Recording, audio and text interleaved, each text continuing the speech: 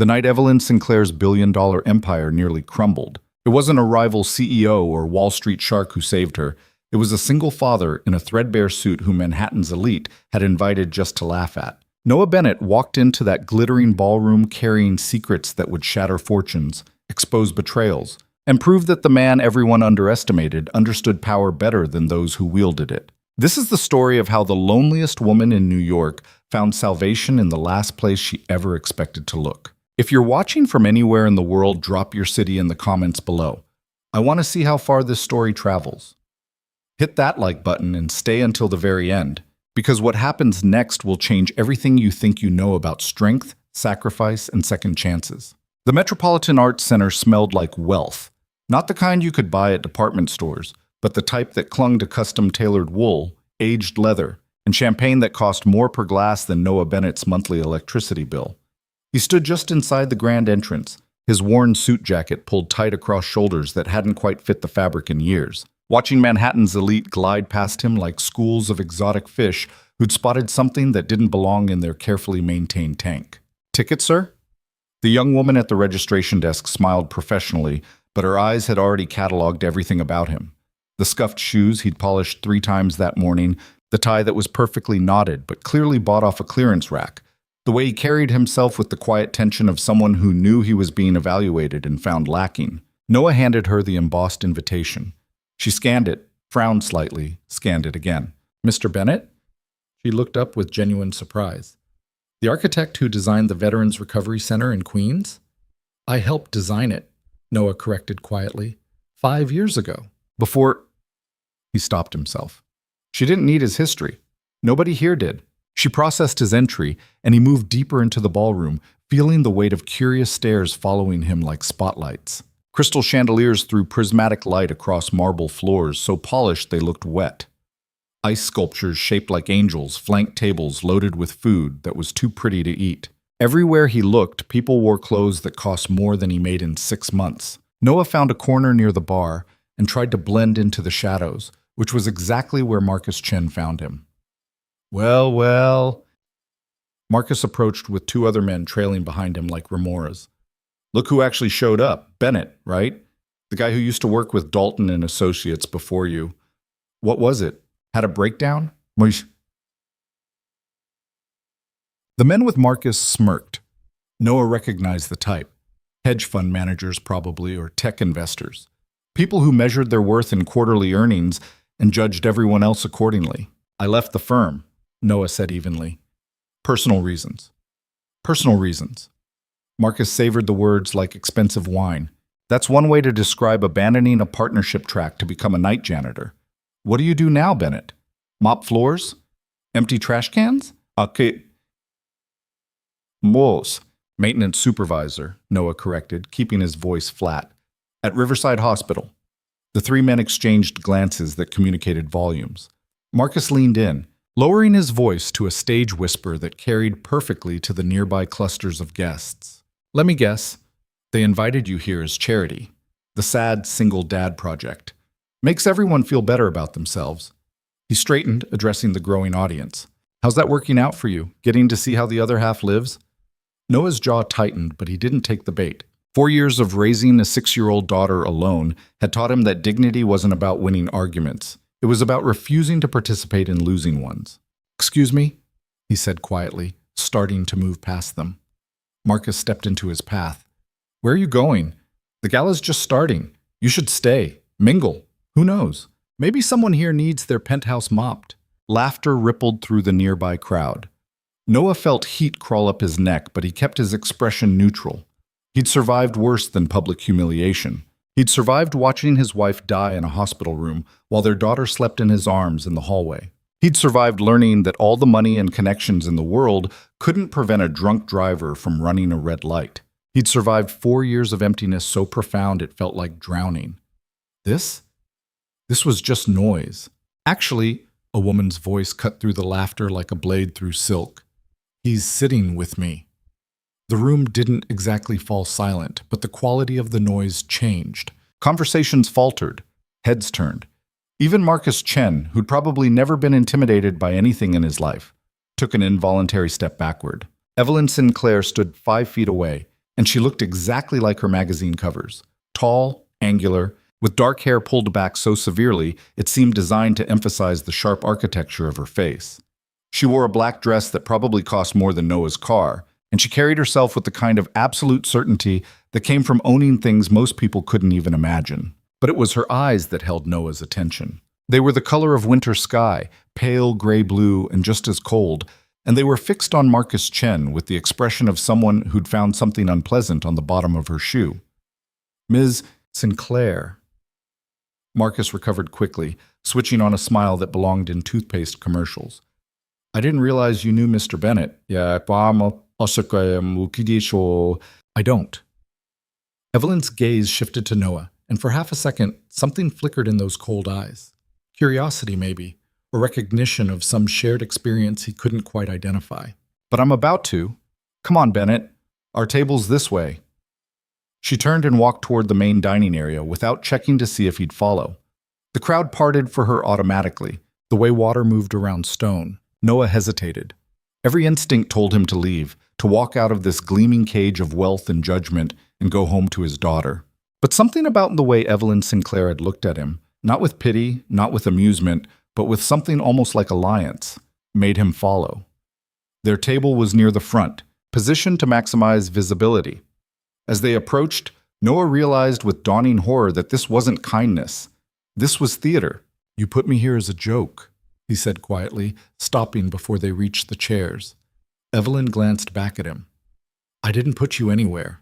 I wasn't even supposed to attend tonight. My assistant handles these things. But when I saw the seating chart, I got curious." "Curious? They seated you next to me because they thought it would be funny. The Ice Queen and the charity case." Her lips curved in something that wasn't quite a smile. "They're expecting me to eviscerate you. Entertainment for the appetizer course." Noah studied her face, looking for cruelty and finding only a kind of weary calculation. "And are you going to eviscerate me?" "I haven't decided yet." She pulled out her own chair and sat down with fluid grace. "That depends on whether you're interesting enough to make the evening bearable." He should leave.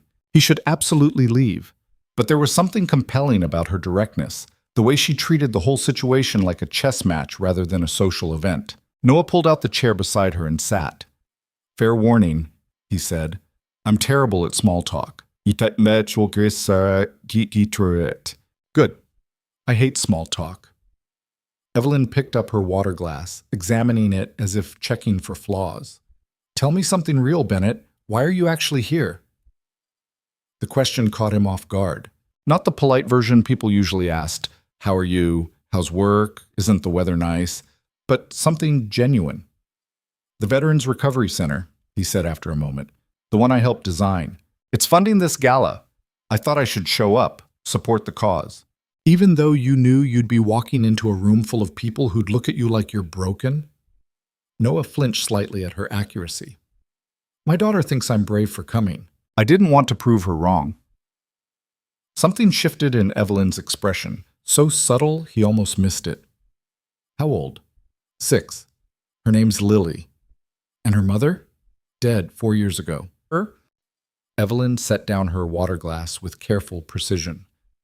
"I'm sorry. Everyone's sorry." The words came out harsher than he intended. Sorry doesn't bring her back. Sorry doesn't help when Lily wakes up crying because she can't remember her mother's voice anymore. Sorry is just noise people make when they don't know what else to say. He expected her to recoil, to write him off as bitter and damaged. Instead, Evelyn looked at him with something that might have been respect. "You're right," she said. "It is just noise. So I won't say it again." "Mom, is it?" The servers began circulating with the first course, something that looked like art and probably tasted like money. Around them, conversation swelled and ebbed, punctuated by laughter that sounded rehearsed. Marcus Chen kept glancing over from his table 3 rows back, clearly waiting for the show to start. "They're staring," Noah observed quietly. "They're always staring. I'm worth $8 billion. Evelyn picked up her fork, examined the food, and set it back down without tasting anything. People stare at money the way they stare at car accidents. They can't help themselves. "Is that what you are?" "A car accident. What?" "According to Forbes, I'm a cautionary tale." According to Business Insider, I'm a sociopath. According to my board of directors, I'm a liability they're trying to figure out how to eliminate without tanking the stock price. She turned to look at him directly. What do you think I am, Bennett? Noah considered the question seriously. He looked at the woman beside him, not the magazine covers or the net worth or the reputation, but the actual person. He saw the tension in her shoulders, the way her hands never quite settled, the exhaustion behind the cold facade. Lonely, he said finally. I think you're lonely. Evelyn went very still. For a moment, Noah thought he'd crossed a line, said something unforgivable. Then she laughed, a short, sharp sound that had nothing to do with humor. Well, she said softly, that's certainly real. The rest of the first course passed in unexpected silence. Not the awkward kind that needed filling, but the companionable sort that happened between people who'd tacitly agreed to stop performing. Noah ate his food without commenting on it. Evelyn ignored hers entirely. Around them, the gala continued its elaborate dance of wealth and influence. When the servers cleared the plates, a man in an expensive suit approached their table with the confident stride of someone used to commanding attention. Miss Sinclair. He nodded to Evelyn before turning to Noah with an expression of practiced sympathy. And you must be our veteran representative. Thank you so much for your service. I'm not a veteran, Noah said. I'm an architect. Or I was. The man's smile froze. Oh, I apologize. I assumed... You assumed wrong. Evelyn's voice could have cut glass. This is Noah Bennett. He designed the recovery center you're all here to celebrate. Maybe you should try reading the program instead of making assumptions based on someone's tax bracket. The man's face flushed. He muttered something that might have been an apology and retreated quickly. Noah stared at Evelyn. You didn't have to do that. Yes, I did. She reached for her champagne, took a small sip, and grimaced. I hate these events. Everyone's smiling like sharks, pretending they care about causes they'll forget about the moment they walk out the door. It's all performance. Theater for tax deductions. Then why come? Because my company's board thinks I need to work on my public image. Apparently I'm too cold, too remote, too successful without smiling enough about it. Evelyn set down the glass with more force than necessary. They want me to be softer, more approachable, as if being a woman running a tech company worth billions wasn't challenging enough without having to pretend I give a damn about being likable. Noah found himself smiling slightly. I'm guessing you don't care about being likable. I care about being competent. Likable is for people who need approval to function. She paused. You don't care about it either. Being likable, I mean. I can tell. How? Because you're still sitting here, even though everyone in this room is judging you for it. If you cared what they thought, you would have left the moment Marcus Chen opened his mouth. Evelyn tilted her head, studying him. But you didn't. You stayed. Why? Wookie. Noah took a breath, considering his answer. Because my daughter asked me what brave looked like, and I realized I couldn't explain it if I kept running away from things that scared me. Brave. Evelyn tested the word like it was foreign. What an interesting choice. You don't think it's brave to stay? I think it's stupid to subject yourself to humiliation for the sake of a lesson. But her voice had lost its edge. Then again, I don't have children. Maybe that changes things. It changes everything, Noah said quietly. The main course arrived, something elaborate involving lamb and microgreens and reductions that looked like paint strokes. Evelyn poked at it with the disinterest of someone who'd eaten at too many restaurants where the food was secondary to the experience. Do you miss it? She asked suddenly. Architecture. The question hit harder than Noah expected. Every day. Then why? She stopped herself. Sorry, that's invasive. No, it's fair. Noah set down his fork. When my wife died, I had a 2-year-old daughter and a career that required 80-hour weeks and constant travel. I could keep the job and hire nannies to raise Lily, or I could actually be her father. It wasn't really a choice. Most people would have chosen the career. Most people didn't make a promise to their dying wife. Evelyn fell silent. Noah could feel her processing that, turning it over like a complicated equation. When she spoke again, her voice was softer. What did you promise? That Lily would always know she was wanted, that she'd never feel like an inconvenience or an obligation. Noah pushed the expensive food around his plate. Some promises cost more than others. But you kept it. I'm trying to, Evelyn picked up her champagne, stared at it for a long moment, then set it down untouched. You're not what I expected, Bennett. What did you expect? I don't know. Someone bitter, maybe. Broken. Someone who'd spend the whole night complaining about how unfair life is. She turned to look at him fully. But you're not like that. You're just tired? Present. Evelyn's pale eyes held his. You're actually here.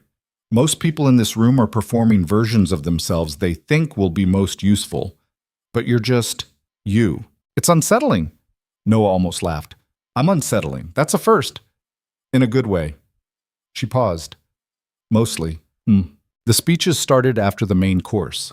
A parade of donors and organizers and minor celebrities talking about sacrifice and service and supporting those who served. Noah tried to pay attention, but the words blurred together into meaningless noise. Beside him, Evelyn sat perfectly still, her expression locked into polite interest that didn't reach her eyes. Halfway through the fourth speech, she leaned toward him slightly. I need air, she murmured. Come with me. It wasn't a request. She stood with fluid grace and walked toward the side exit, not checking to see if he'd follow. Noah hesitated for exactly 2 seconds before pushing back his chair. The hallway outside the ballroom was blessedly quiet and significantly cooler. Evelyn walked to the far end where tall windows overlooked the city, her heels clicking against marble with metronomic precision. She stopped in front of the glass, arms crossed, staring out at Manhattan's glittering sprawl. Noah stopped a few feet behind her.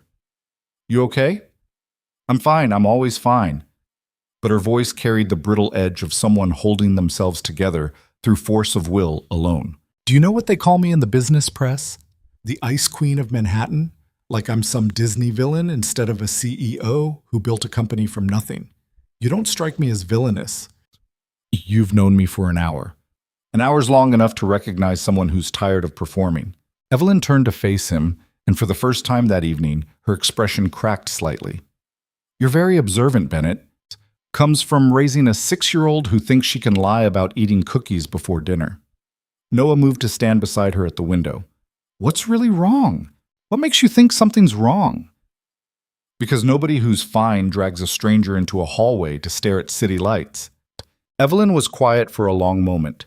When she spoke, her voice was barely above a whisper. My company's bleeding. Someone on my senior team is sabotaging projects, tanking deals, planting stories with the press about my instability. I can feel it happening, but I can't prove it. And the board, the same board that's supposed to support me, is already discussing succession plans. They're waiting for me to fail so they can replace me with someone more controllable.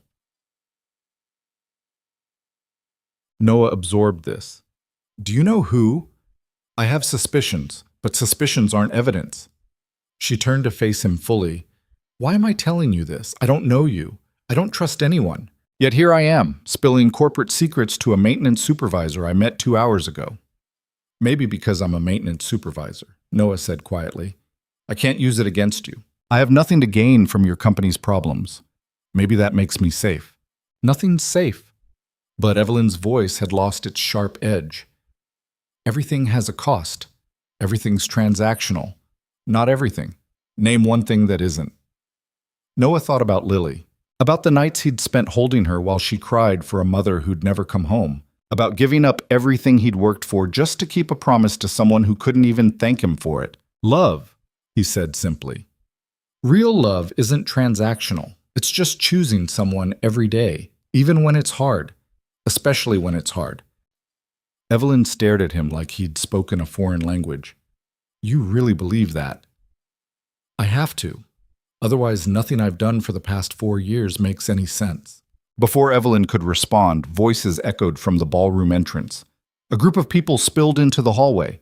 3 men in expensive suits, their faces flushed with alcohol and self-importance. Noah recognized one of them immediately, Jonathan Price, a venture capitalist who'd been featured in a documentary about tech startups. Price saw Evelyn and his expression shifted into something predatory. Miss Sinclair, hiding from your own gala? Taking a break from mediocre speeches and worse champagne, Evelyn replied coolly. Was there something you needed, Jonathan? Just wondering if you'd given any thought to our proposal. The board's interested in bringing in some outside expertise to help stabilize the ship.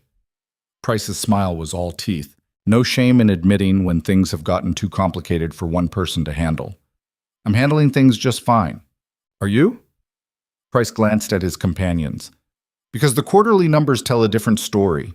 Missed projections, failed product launches. That disastrous interview with Bloomberg where I told the truth about industry practices, Evelyn interrupted, which apparently makes me unstable instead of honest.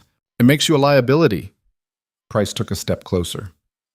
Look, we're trying to help. Take a step back. Bring in someone with actual experience managing companies at scale. I built the company, Evelyn said, her voice dropping into registers that suggested danger. From nothing. Every line of code, every business strategy, every risk that paid off, that was me. I don't need help from people whose only contribution is knowing how to spend other people's money. Price's expression hardened. You need help from someone. The board's losing confidence. The investors are nervous. Keep going like this, and you won't have a company to mismanage. Noah felt Evelyn tense beside him, saw the micro-expressions that suggested she was calculating responses and discarding them. Before he could think better of it, he spoke up. Sounds like you're pretty invested in her failing. All three men turned to look at him, as if noticing his presence for the first time. Price's eyes narrowed. I'm sorry, who are you? Me. Nobody important, Noah said evenly. Just someone who's noticed that you're awfully interested in convincing Ms. Sinclair she can't do her job. Makes a person wonder why. I don't need to justify myself to... To who? A maintenance supervisor? Noah met Price's glare without flinching. You're right, I'm nobody. Which means I've got nothing to lose by asking uncomfortable questions. Like why you're so eager to push her out instead of actually helping. Or why you'd corner her at a charity gala to threaten her in front of witnesses. Price's face flushed dark red. I wasn't threatening. Sounded like a threat to me. Noah kept his voice calm, conversational. But like I said, I'm nobody important. What do I know? For a long moment, nobody moved. The hallway felt thick with tension, like the air before a thunderstorm. Then Price smiled, a cold, calculating expression that made Noah's instincts scream warnings. You're right, Price said softly. You don't know anything, and you should probably keep it that way. He turned back to Evelyn. We'll continue this conversation when you're ready to be reasonable. Enjoy the rest of your evening. The three men walked back toward the ballroom, their voices dropping to murmurs Noah couldn't quite hear. When they'd gone, Evelyn turned to him with an expression he couldn't quite read. That was incredibly stupid, she said. Probably. Jonathan Price is one of the most connected investors in Manhattan. He could make your life very difficult. My life's already difficult. Noah shrugged. At least now it's difficult for a reason. Evelyn stared at him for a long moment, then surprised him by laughing. A real laugh this time, not the bitter sound from earlier. You're either very brave or very foolish, Bennett. I haven't decided which. Can I be both? Apparently. She sobered, her expression turning serious. Why did you do that? Defend me? Because he was bullying you. And I'm tired of watching people with power abuse it. Noble, stupid, but noble. Evelyn's pale eyes searched his face. You realize you just made an enemy of one of the most vindictive men in New York. I've survived worse. Have you? Noah thought about the hospital room, the beeping machines, the moment he'd realized Sarah wasn't going to wake up. Yeah, I have. Something in his voice must have convinced her, because Evelyn's expression softened fractionally. We should go back. People will talk. They're already talking. True, but she didn't move. Bennett, can I ask you something? Sure. Earlier, when you said real love isn't transactional, did you mean romantic love or something else?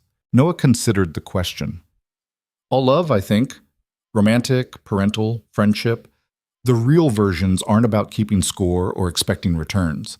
They're just about showing up, being there, choosing someone even when it's inconvenient. That sounds exhausting. It is. Then why do it? Because the alternative is being alone. Noah looked out at the city lights. And I've been alone. It's worse than being exhausted. Bombs. Evelyn was quiet for a moment. When she spoke again, her voice carried a vulnerability he hadn't heard before. I don't think I know how to do that, the not keeping score part. Everything in my life is transactional. Business, relationships, even family. It's all contracts and negotiations and strategic positioning. Sounds lonely. It's practical. It can be both. Evelyn turned to face the window, her reflection ghostly in the glass. My parents taught me that everything has a price. Love, loyalty, trust, they're all just currencies to be traded. The only thing that matters is winning. Did you win? I built an $8 billion company before I turned 30. I have more money than I could spend in 10 lifetimes. I'm one of the most powerful women in tech. She paused. So why does it feel like I've lost something I can't even name? Noah didn't have an answer for that. Instead, he stood beside her in silence. Two strangers united by the specific loneliness that came from sacrificing everything for goals that turned out to be insufficient. After a while, Evelyn straightened her shoulders, and the vulnerability disappeared behind her familiar cold facade. We should really go back. The auction starts soon, and I'm expected to bid obscene amounts on things I don't want. Sounds fun. It's torture. But she was almost smiling. Come on, Bennett, let's give them something to talk about. They walked back to the ballroom together, and Noah couldn't shake the feeling that something had shifted between them, some unspoken understanding that neither of them quite knew how to articulate. The room fell subtly quieter when they entered, conversations pausing mid-sentence as heads turned to watch. Marcus Chen caught Noah's eye from across the room and raised his glass in a mocking toast. Jonathan Price stood with a cluster of men near the bar, and the look he gave Noah suggested their earlier confrontation wouldn't be forgotten. But Noah found he didn't care. He'd spent 4 years being invisible, being dismissed, being treated like someone whose best days were behind him. If defending a stranger from bullies made him visible again, even if that visibility came with consequences, at least it meant he was still capable of standing for something. They reached their table just as the auction began. A polished host took the stage, introducing luxury vacation packages and exclusive experiences with the kind of enthusiasm usually reserved for revealing lottery winners. Around them, paddles rose and fell as Manhattan's elite competed over things they didn't need with money that wouldn't be missed. Evelyn sat perfectly still through the first 3 items, not even pretending to pay attention. Then something shifted. The host introduced a piece described as a week-long architectural consultation with the award-winning firm Dalton and Associates, including access to their archives and mentorship program. Noah felt his chest tighten. He knew that package. He'd helped design it back when he'd been on track to make partner, back when his future had seemed limitless instead of constrained by grief and responsibility. The bidding started at $10,000. Within seconds, it hit 50, then 75. Noah watched the numbers climb with detached fascination, seeing the monetary value of a life he'd walked away from. 100,000, Marcus Chen called out, his voice carrying across the room. 125, someone countered. 150. The host beamed. We have $150,000 from Mr. Chen. Do I hear? 500,000, Evelyn said clearly. The room went silent. Even the host faltered, looking uncertain. I'm sorry, Ms. Sinclair, did you say $500,000? Evelyn's voice was perfectly calm. For the Dalton and Associates package. Marcus Chen's face cycled through surprise, calculation, and anger in rapid succession. He opened his mouth to counterbid, then seemed to think better of it. The host waited, giving him a chance. Going once? Going twice? Sold! To Ms. Evelyn Sinclair for $500,000. Polite applause rippled through the crowd, but underneath it ran currents of confusion and speculation. Noah turned to Evelyn, who sat with the same cold expression she'd worn all evening. Why did you do that? He asked quietly. Because Marcus Chen wanted it, and I dislike him. She picked up her water glass. Also because you clearly wanted it, and I dislike him more than I dislike you. That's $500,000. I'm aware. For something I'll never use. Evelyn finally looked at him. Who says you won't use it? I'm a night maintenance supervisor. I don't have time for mentorship programs or architectural consultations. Then make time. Her voice was sharp. Or don't. I don't actually care what you do with it, but stop acting like your life is over just because it didn't turn out the way you planned. The words hit like a slap. Noah felt anger flash through him, hot and sudden and unfamiliar. You don't know anything about my life. I know you gave up something you loved because you thought you had to. I know you're sitting at a gala wearing a suit that doesn't fit, surrounded by people who look down on you, trying to teach your daughter about bravery while you're slowly disappearing. Evelyn's pale eyes were relentless. I know what that looks like because I see it in the mirror every morning. The only difference is I'm drowning in money instead of grief. Noah opened his mouth to argue, then closed it, because she was right, about all of it. The auction continued around them, but Noah barely heard it. He sat in stunned silence, processing Evelyn's words, feeling something crack open inside his chest that he'd kept carefully sealed for 4 years. When the last item sold and the crowd began drifting toward the dance floor, Evelyn stood with fluid grace. I'm leaving, she said. This was sufficiently terrible, and I've met my obligation. She paused, looking down at him. For what it's worth, Bennett, you're not nearly as broken as you think you are. You're just scared, and that's different. She turned to walk away, but Noah found himself speaking before he could stop himself. Wait, Evelyn paused, glancing back. Thank you, Noah said quietly. For the bid. For defending me to that investor. For... He trailed off, not quite sure how to finish. For treating you like a person instead of a charity case? Evelyn's smile was slight but genuine. You're welcome. Try to do the same for yourself sometime. She walked away, leaving Noah sitting alone at the table surrounded by empty champagne glasses and unfinished food. Around him, Manhattan's elite laughed and danced and pretended their lives had meaning beyond the numbers in their bank accounts. But Noah barely noticed them. He was too busy thinking about what Evelyn had said, about being scared instead of broken, about disappearing, about the difference between grief and hiding. His phone buzzed in his pocket, a text from Mrs. Rodriguez, his neighbor who was watching Lily. She's asleep, wore her princess dress the whole time because she said she was practicing being fancy like Daddy at his party. Take your time. We're fine. Attached was a photo of Lily curled up on the couch, still wearing her plastic tiara, one small hand clutching the stuffed rabbit Sarah had given her the week before she died. Noah stared at the image, feeling something shift in his chest. His daughter was practicing being brave by wearing a costume, and he was practicing by sitting in a room full of people who didn't matter, defending strangers, getting called out by billionaires who saw through his carefully constructed walls. Maybe Evelyn was right. Maybe he wasn't broken.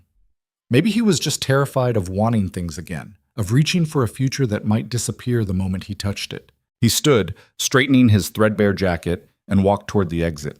Behind him, the gala continued without pause. Nobody noticed him leaving. Nobody ever did. But outside, under Manhattan's indifferent stars, Noah Bennett took a breath that felt like the first one in years. And for the first time since Sarah died, he let himself consider the possibility that his story wasn't finished. It had just been waiting for him to be ready to write the next chapter.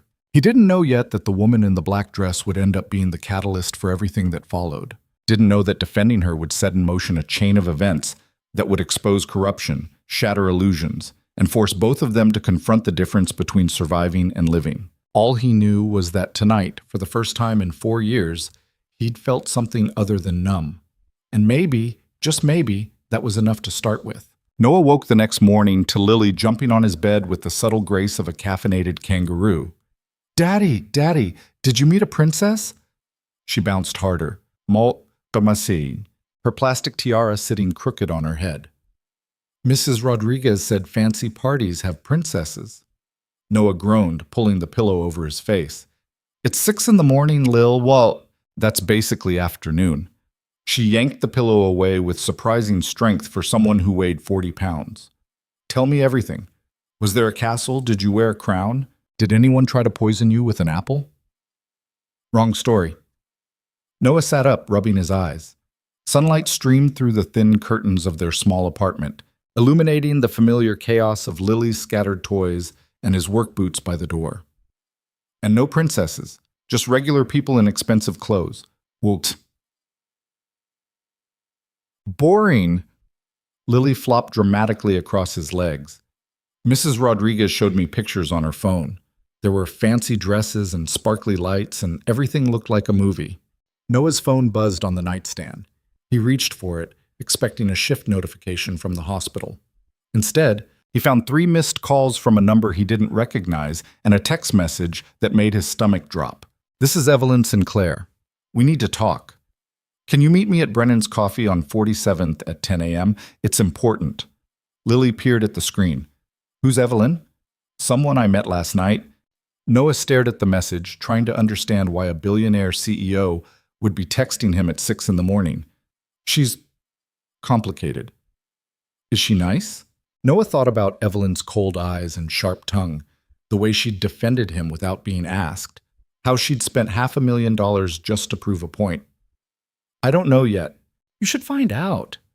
Lily rolled off the bed and grabbed her stuffed rabbit. Maybe she needs a friend.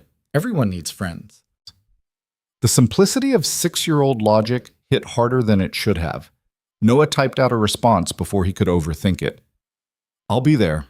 3 hours later, Noah stood outside Brennan's Coffee, feeling absurdly underdressed in his jeans and flannel shirt.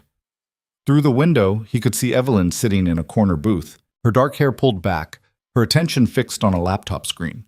She wore a gray sweater that probably cost more than his monthly rent, but something about her posture suggested she'd been there a while. The bell chimed when he entered. Evelyn glanced up, and for half a second her expression shifted into something that might have been relief before settling back into neutral. You came. She closed the laptop. I wasn't sure you would. You said it was important. Noah slid into the booth across from her. What's wrong? Evelyn studied him for a moment, as if weighing how much to say. Yesterday, after the gala, I went back to my office. I couldn't sleep, so I started going through some files, contracts, communications, project reports. And I found something. She pulled out a tablet, swiped through several screens, and turned it toward him. Noah saw what looked like internal company emails, financial documents, meeting notes. Nothing that made immediate sense to him. I don't understand. 3 months ago, my company was supposed to finalize a partnership with a European tech firm. It was a huge deal, worth potentially billions in future revenue. The negotiations were almost complete when everything fell apart. Evelyn's voice was controlled, but tension ran underneath like electrical current. We were told the other company backed out due to concerns about our financial stability, which made no sense because our numbers were solid. Okay, last night, while everyone was at the gala, someone accessed my personal server from inside the building. They were looking for specific files related to that partnership. She tapped the screen. Security flagged it this morning. And when I started digging, I found communications I'd never seen before. Emails sent from my account to the European firm, making demands I never made, threatening to pull out of the deal if they didn't meet conditions I never set. Noah felt his stomach tighten. Someone impersonated you. Someone with access to my private server, my email protocols, and detailed knowledge of the negotiation terms. Evelyn's pale eyes were hard. Someone inside my own company sabotaged a multi-billion-dollar deal and made it look like I did it. The board members, the ones who want you out. Yes, wrong. That's what I thought at first, but the timing's wrong. She pulled the tablet back, swiping through more documents. This happened before Jonathan Price and his allies started making noise about replacing me. This is what gave them ammunition. Someone set this up months ago, then waited for it to explode. Noah processed this, his architect's mind automatically looking for structural flaws in the logic. You said someone accessed your server last night. What were they looking for?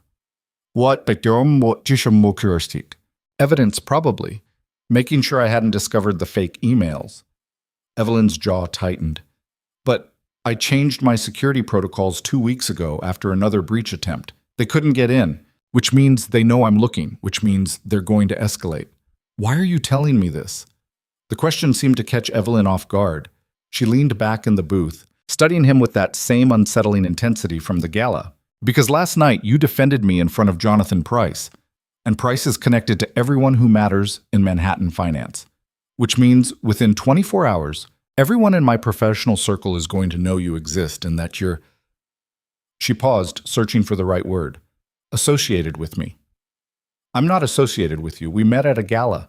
That's not how they'll see it. You challenged Price publicly. You sat beside me all night. I bought you a $500,000 consultation package. Evelyn's voice was flat. In their world, that means you're either working for me or involved with me. Either way, you're a target now. Noah felt cold wash through him. A target for what? Leverage, information, pressure. Evelyn met his eyes directly. These people don't fight fair, Bennett. If they think you matter to me, even if you don't, they'll use you. And if they can't use you, they'll destroy you just to send me a message. That's insane. That's business at this level. She pulled out her phone, scrolled through something, and showed him the screen. It was a news article from a business blog, posted 2 hours ago. Ice Queen's Mystery. Man, Evelyn Sinclair. Spotted getting cozy with unknown companion at charity gala. Below the headline was a photo of them in the hallway, Evelyn standing close, Noah's face partially visible, both of them clearly deep in conversation. The caption speculated about everything from secret relationships to corporate espionage. Noah's chest tightened. Lily can't see this. Who's Lily? My daughter. She's 6. She doesn't understand this kind of attention. He looked up at Evelyn. You need to issue a correction. Tell them I'm nobody. That we barely talked. I can't do that. Why not? Because the moment I deny it, they'll dig harder. They'll find out who you are, where you work, who you care about. At least this way, while they're speculating, your daughter stays anonymous. Evelyn's expression was unreadable.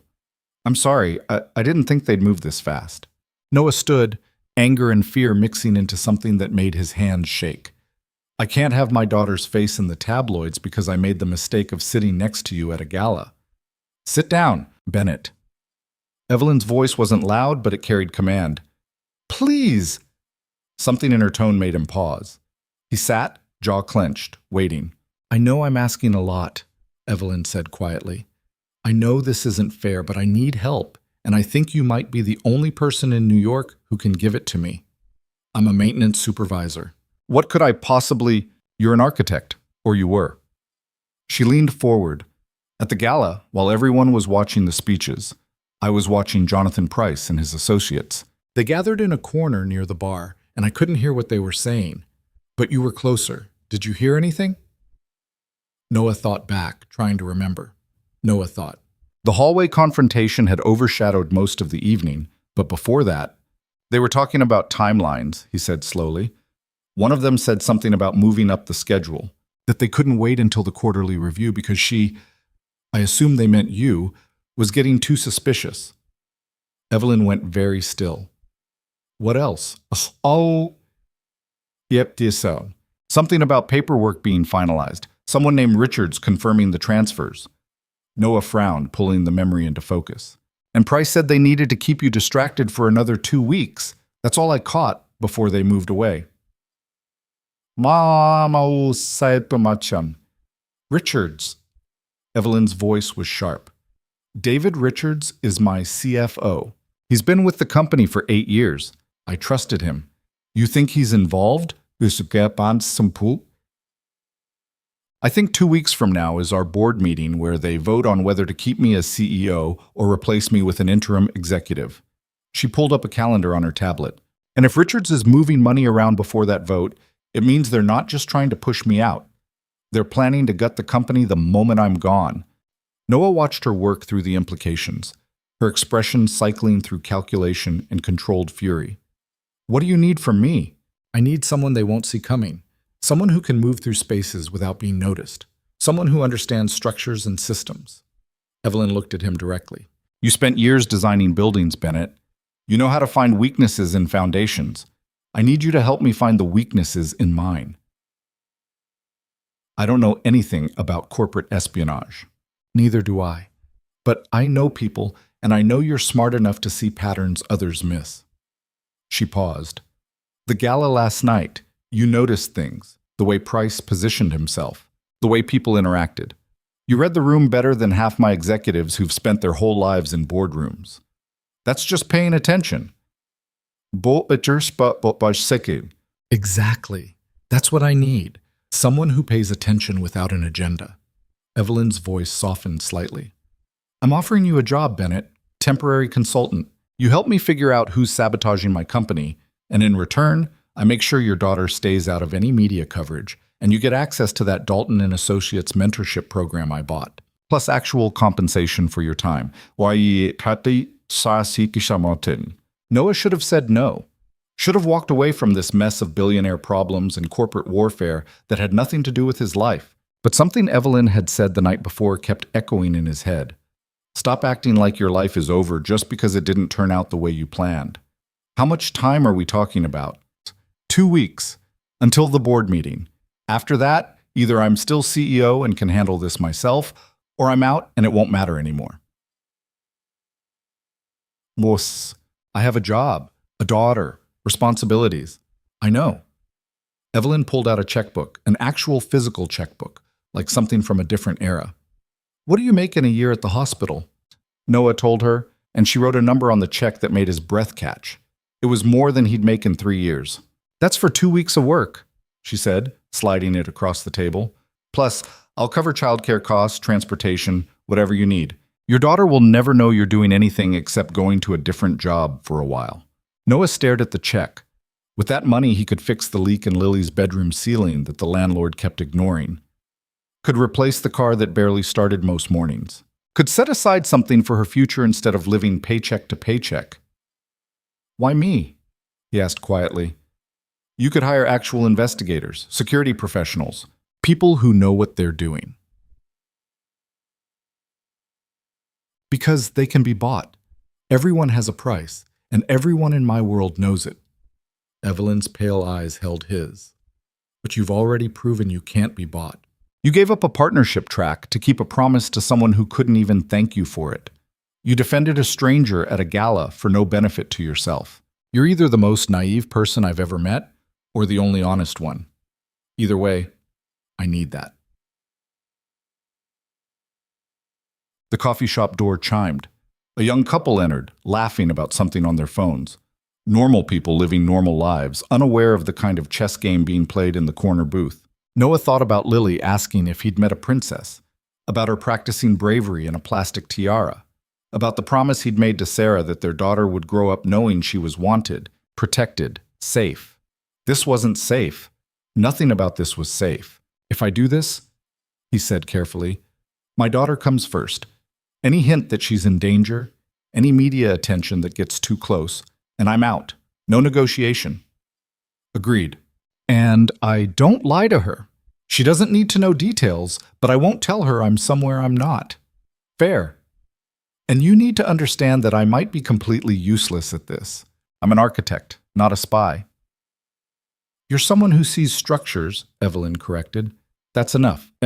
Noah picked up the check, folded it carefully, and put it in his pocket. When do we start? For the first time since he'd met her, Evelyn smiled, a real smile that reached her eyes and transformed her entire face. Right now. There's someone I need you to meet. They left the coffee shop together, Evelyn moving with the kind of purposeful stride that made people unconsciously step aside. She led him 3 blocks to where a black car waited, the driver standing at attention like he'd been there all morning. Bennett, this is Marcus. He'll be driving us when needed. Evelyn slid into the back seat. Marcus, this is Noah Bennett. He's working with me for the next 2 weeks. Treat him accordingly. Marcus nodded, his expression neutral but his eyes sharp, assessing Noah the way security professionals assess potential threats. Noah climbed in beside Evelyn, feeling deeply out of place in the leather interior that probably cost more than his apartment's deposit. Where are we going? My office. There's someone on my team I trust, one of the few, and you need to meet her. Evelyn pulled out her phone, typing rapidly. Victoria Chen is my head of security. She's been investigating the breaches quietly, but she can't move openly without tipping off whoever's responsible. You'll work with her. Wait, Chen? Is she related to Marcus Chen? No relation, common name. Evelyn glanced at him. Why? Just making sure I'm not walking into a trap, Vic. If I wanted to trap you, Bennett, I'd use much better bait than corporate espionage. The car moved smoothly through Manhattan traffic, and Noah watched the city slide past. His city, suddenly looking unfamiliar through tinted windows and from the back seat of a luxury vehicle. His phone buzzed, a text from Mrs. Rodriguez. Lily wants to know if you're coming home for lunch. I told her you had work. She's making you a drawing. Noah typed back a response, guilt sitting heavy in his chest. He was lying to his daughter, not directly, but by omission, which felt worse somehow. Second thoughts? Evelyn asked, watching him. Just thinking about what I'm getting into. Regret? Not yet, but ask me again in a week. The car pulled up in front of a sleek glass tower in Midtown. Evelyn's building, apparently. 60 stories of steel and ambition with her company's logo displayed prominently above the entrance. The lobby was all marble and sharp angles, filled with young professionals moving with the efficient urgency of people who measured their worth in productivity. They took a private elevator to the top floor. When the doors opened, Noah stepped into a space that looked like it belonged in a design magazine. Floor-to-ceiling windows overlooking the city, minimalist furniture that was probably uncomfortable on purpose, and a reception desk staffed by a woman who looked like she could kill someone with a letter opener and get away with it. Ms. Sinclair. The receptionist's expression flickered with surprise. I didn't know you were coming in today. Unscheduled meeting with Victoria. Is she in her office? Yes, but... The receptionist glanced at Noah. Should I announce you? No need. Evelyn walked past the desk without slowing. Hold my calls. All of them. They moved down a hallway lined with abstract art that Noah suspected was worth more than his childhood home. Evelyn stopped at a door marked security and knocked once before entering. The office inside was a stark contrast to the minimalist aesthetic of the rest of the floor. Computer monitors covered 2 walls, displaying what looked like security feeds from throughout the building. A woman in her 40s sat at the central desk, her dark hair streaked with gray, her expression somewhere between exhausted and furious. She looked up when they entered, and her eyes widened slightly. Evelyn, I didn't expect She noticed Noah. Who's this? This is Noah Bennett. He's going to help us. Evelyn closed the door behind them. Bennett, this is Victoria Chen. She's been with me since the company started, and she's one of 3 people in this building I'd trust with my life. Victoria stood, extending a hand to Noah. Her grip was firm, her eyes sharp and assessing. Help us with what exactly? Finding out who's trying to destroy the company before they succeed. Evelyn pulled up a chair. I assume you saw the access attempt last night. Saw it and traced it. Want to guess where it originated? Victoria didn't wait for an answer. David Richards' office computer, logged in at 11:43 p.m., right when the gala speeches were wrapping up. Evelyn's expression went cold. Richards was at the gala. I saw him. Exactly. Which means either he left early and came back here, or someone else used his credentials. Victoria pulled up a screen showing security footage. But here's where it gets interesting. Building security shows Richards left the gala at 11:15, alone. He didn't come back here. Cameras show the executive floor was empty all night.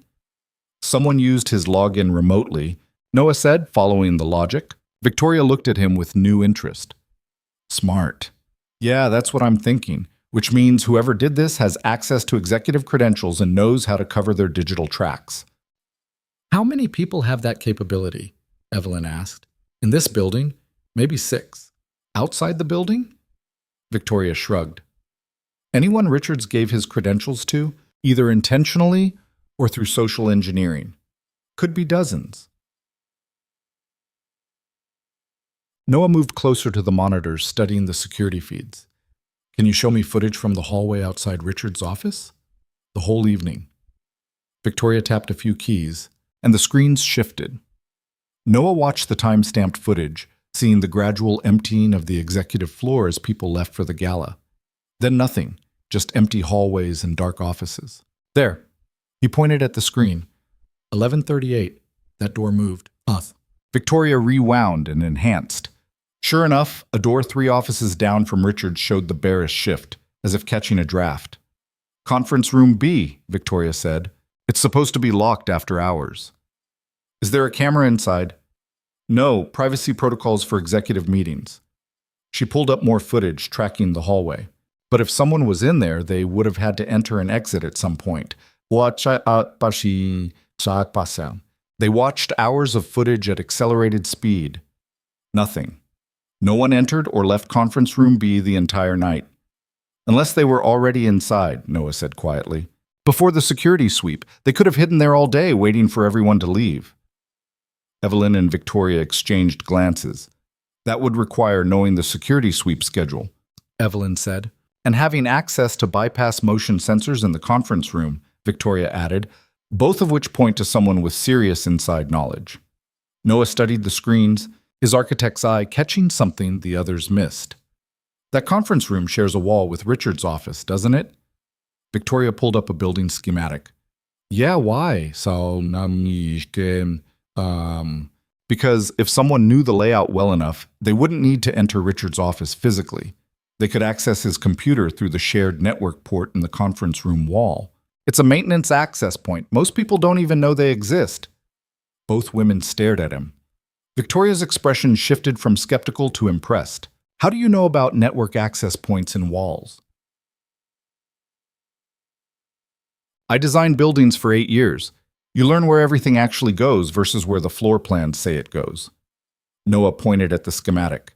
Those access points are supposed to be secured, but in practice, maintenance crews bypass them all the time for easier troubleshooting. If someone knew what they were looking for, they could hardwire directly into the network and use Richard's credentials without ever entering his office, Victoria finished. She pulled up more data, typing rapidly.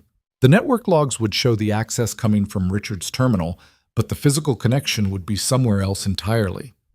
Can you check the logs from that conference room?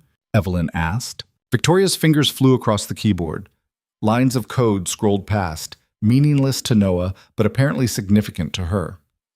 There, network activity from conference room B at exactly 11:43.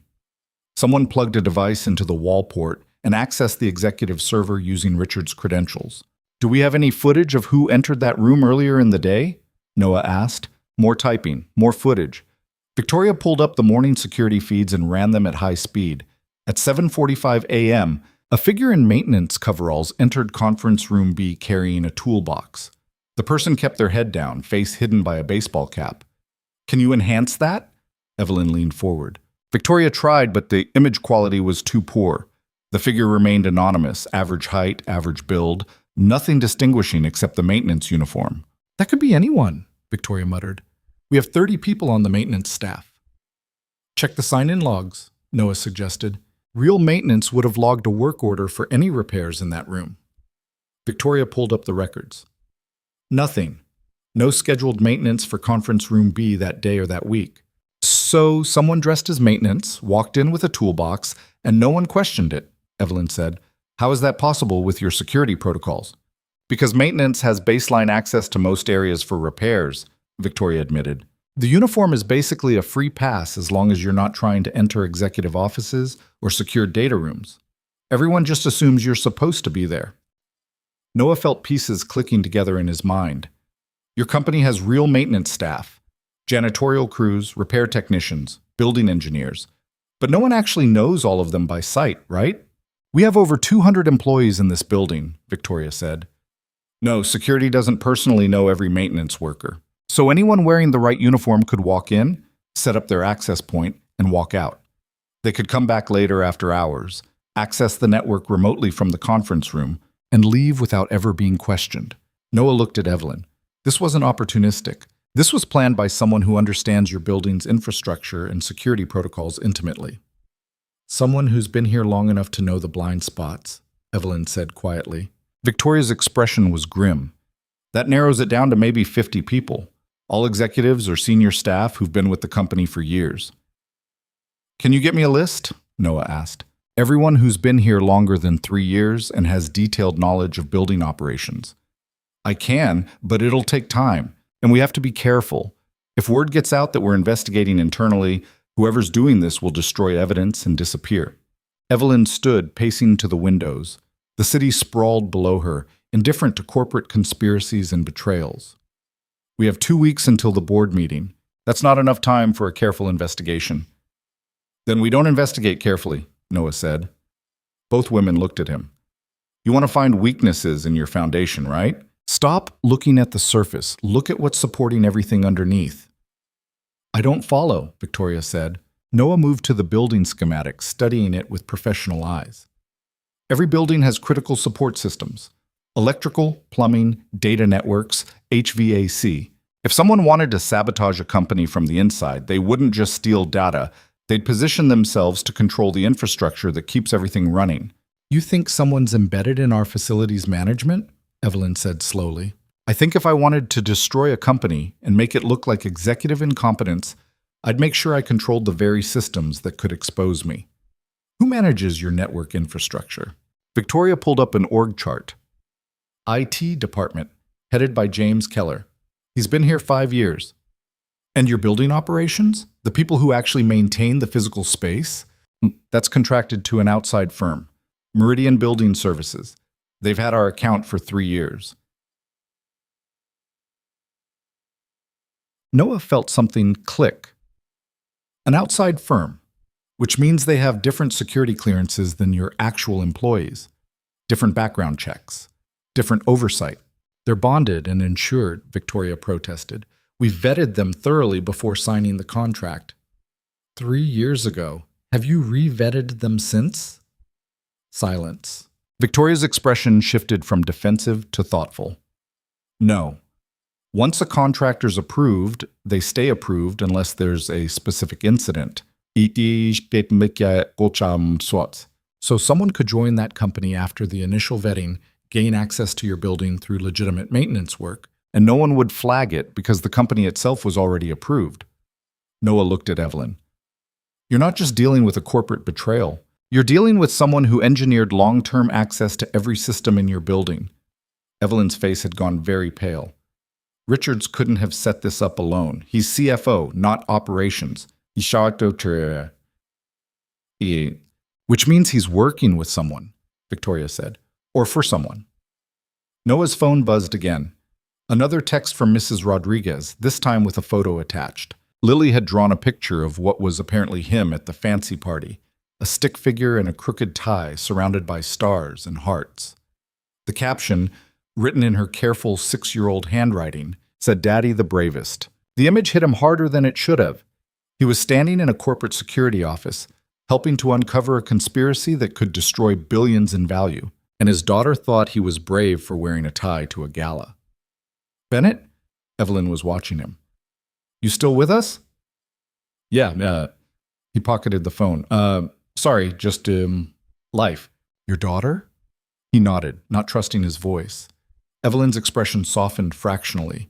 We can stop. If this is too much, it's not too much. It's just real. He looked at the building schematic again, pushing away the guilt. You said Meridian Building Services has had your contract for 3 years. Who negotiated that contract? Victoria checked the records. David Richards' department. He was VP of operations back then before moving to CFO. And he's connected to Jonathan Price, Noah added. Price, who's pushing for your removal. Price, who was talking about timelines and transfers at the gala. Evelyn moved to stand beside him, studying the schematic. You're saying Richards brought in a compromised contractor 3 years ago, positioned himself to become CFO, and has been systematically sabotaging the company from the inside while waiting for the right moment to execute a takeover. I'm saying it's a possibility worth investigating. Best site might be worth saying. That's not just corporate espionage, Victoria said quietly. That's conspiracy to commit fraud, theft of intellectual property, breach of fiduciary duty. If we can prove it, Richards and everyone involved goes to prison. And if we can't prove it, Noah asked, then at the board meeting in 2 weeks, they vote Evelyn out install whoever they want as interim CEO, and bleed the company dry while covering their tracks. Victoria's expression was hard. We need evidence. Real, courtroom-quality evidence, not speculation. Then we get evidence. Evelyn turned to Noah. You said you wanted to look at support systems. Where do we start? Boss. Noah thought about structures and foundations, about the way buildings revealed their secrets if you knew where to look. We start with the maintenance logs. Every repair, every work order, every time someone from Meridian accessed your building. We map it against the timeline of your company's problems, the failed partnerships, the data breaches, the security incidents. We look for patterns. That could be thousands of entries, Victoria warned. Then we better get started. Noah checked his watch. I need to be home by 6 for dinner with my daughter, but until then, I'm yours. Evelyn and Victoria exchanged glances. Then Evelyn pulled out her phone and made a call. Sarah? It's Evelyn Sinclair. I need you to clear my schedule for the next 2 weeks. Everything. Board meetings, investor calls, all of it. Reschedule or delegate. She paused, listening. Because I'm about to either save my company or watch it burn, and I'd rather focus on the former. Thank you. She hung up and looked at Noah. Welcome to the team, Bennett. Try not to get yourself killed. The maintenance logs painted a story that made Noah's chest tighten with recognition. He sat in Victoria's office surrounded by printouts and spreadsheets, marking patterns that shouldn't exist but absolutely did. Evelyn paced behind him, coffee in hand, watching him work with the intensity of someone whose entire empire hung on what he might find. There! Noah circled another date. March 15th, 3 years ago. Meridian logged emergency HVAC repairs on the executive floor. Same day your European partnership talks were scheduled to begin. Victoria pulled up the corresponding security footage. Conference room A. The HVAC unit was fine. Facilities tested it 2 days earlier during routine maintenance. But the repair gave them access to the room where the negotiations happened, Evelyn said. They could have planted listening devices, cameras, anything. Noah flipped through more pages, his architect's training making connections that others might miss.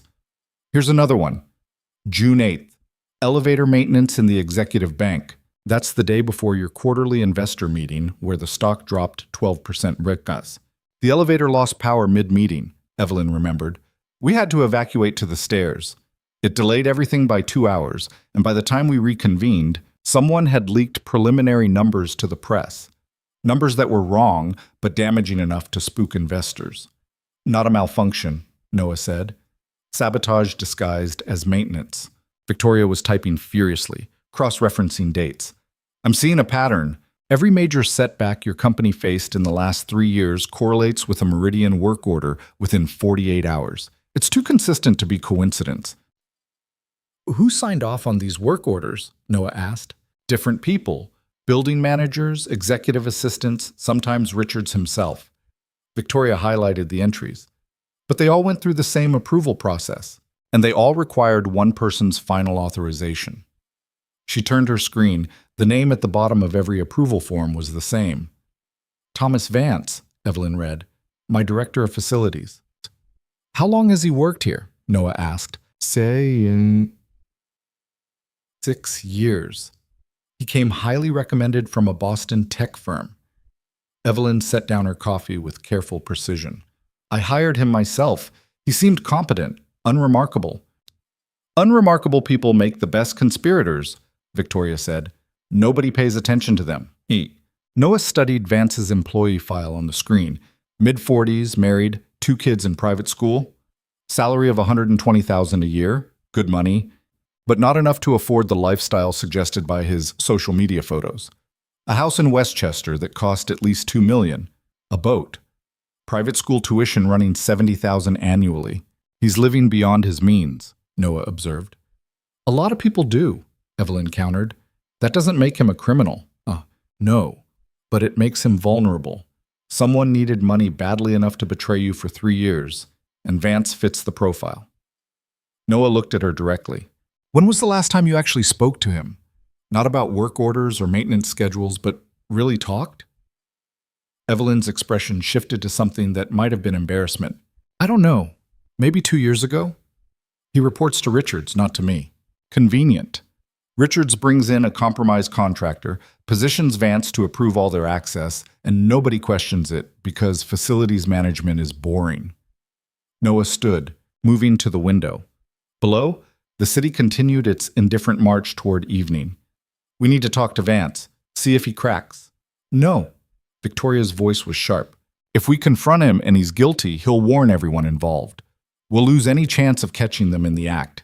Then what do you suggest? Victoria pulled up a calendar. The board meeting is in 11 days. If Richards and his allies are planning a takeover, they'll need to move money and assets before then, clean out what they can while making it look like standard operations. We watch Vance. We monitor every work order, every access request, every movement. And when they make their move, we catch them. That's a lot of waiting, Noah said. Investigation is 90% waiting, Victoria replied. The other 10% is hoping you didn't miss something crucial. Evelyn checked her watch. Bennett, it's 4:30. Don't you need to leave soon? Noah felt guilt spike through him. Lily. He'd been so absorbed in corporate conspiracy that he'd nearly forgotten about the 6-year-old waiting for him at home. Yeah, I should go. Marcus can drive you. Evelyn pulled out her phone. I can take the subway. Talk. Marcus can drive you, Evelyn repeated in the tone that suggested the conversation was over. And tomorrow, we continue this. Victoria will set up surveillance on Vance. You'll review more maintenance records. Look for anything we missed. We have 11 days to build a case. Noah nodded, but something in Evelyn's expression made him pause. She looked exhausted in a way that had nothing to do with physical tiredness, the kind of bone-deep weariness that came from fighting battles with no clear end. When's the last time you went home? He asked quietly. I live here most nights. Penthouse apartment on the 60th floor. She gestured vaguely upward. Home's just somewhere else to work. That's not healthy. Neither is letting people destroy everything you built. But her voice lacked conviction. Go, Bennett. Your daughter's waiting. Some of us still have that to look forward to. The comment landed with unexpected weight. Noah wanted to say something comforting, something that acknowledged the loneliness bleeding through her words. But Victoria was watching, and the moment felt too fragile for witnesses. Tomorrow, then, he said instead. Marcus drove him back to his apartment in silence, the luxury car feeling increasingly absurd as they entered his neighborhood, a part of Queens where storefronts had bars on the windows and every third streetlight was broken. When they pulled up to his building, Marcus finally spoke. Ms. Sinclair doesn't trust easily. The fact that she's trusting you means something. Noah studied the driver's face in the rearview mirror. You think I'm making a mistake? I think you're getting involved in something dangerous with people who play for keeps. But I also think Ms. Sinclair needs someone who isn't playing at all. Marcus met his eyes. Don't make her regret it. The warning was clear. Noah climbed out of the car and watched it glide away, feeling the weight of conflicting worlds pressing down on him.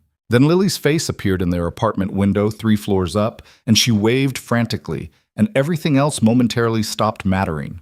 Mrs. Rodriguez met him at the door with her usual knowing smile. Long day at the new job? Something like that.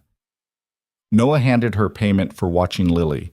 Noah handed her payment for adding extra because the guilt of lying felt like it required compensation.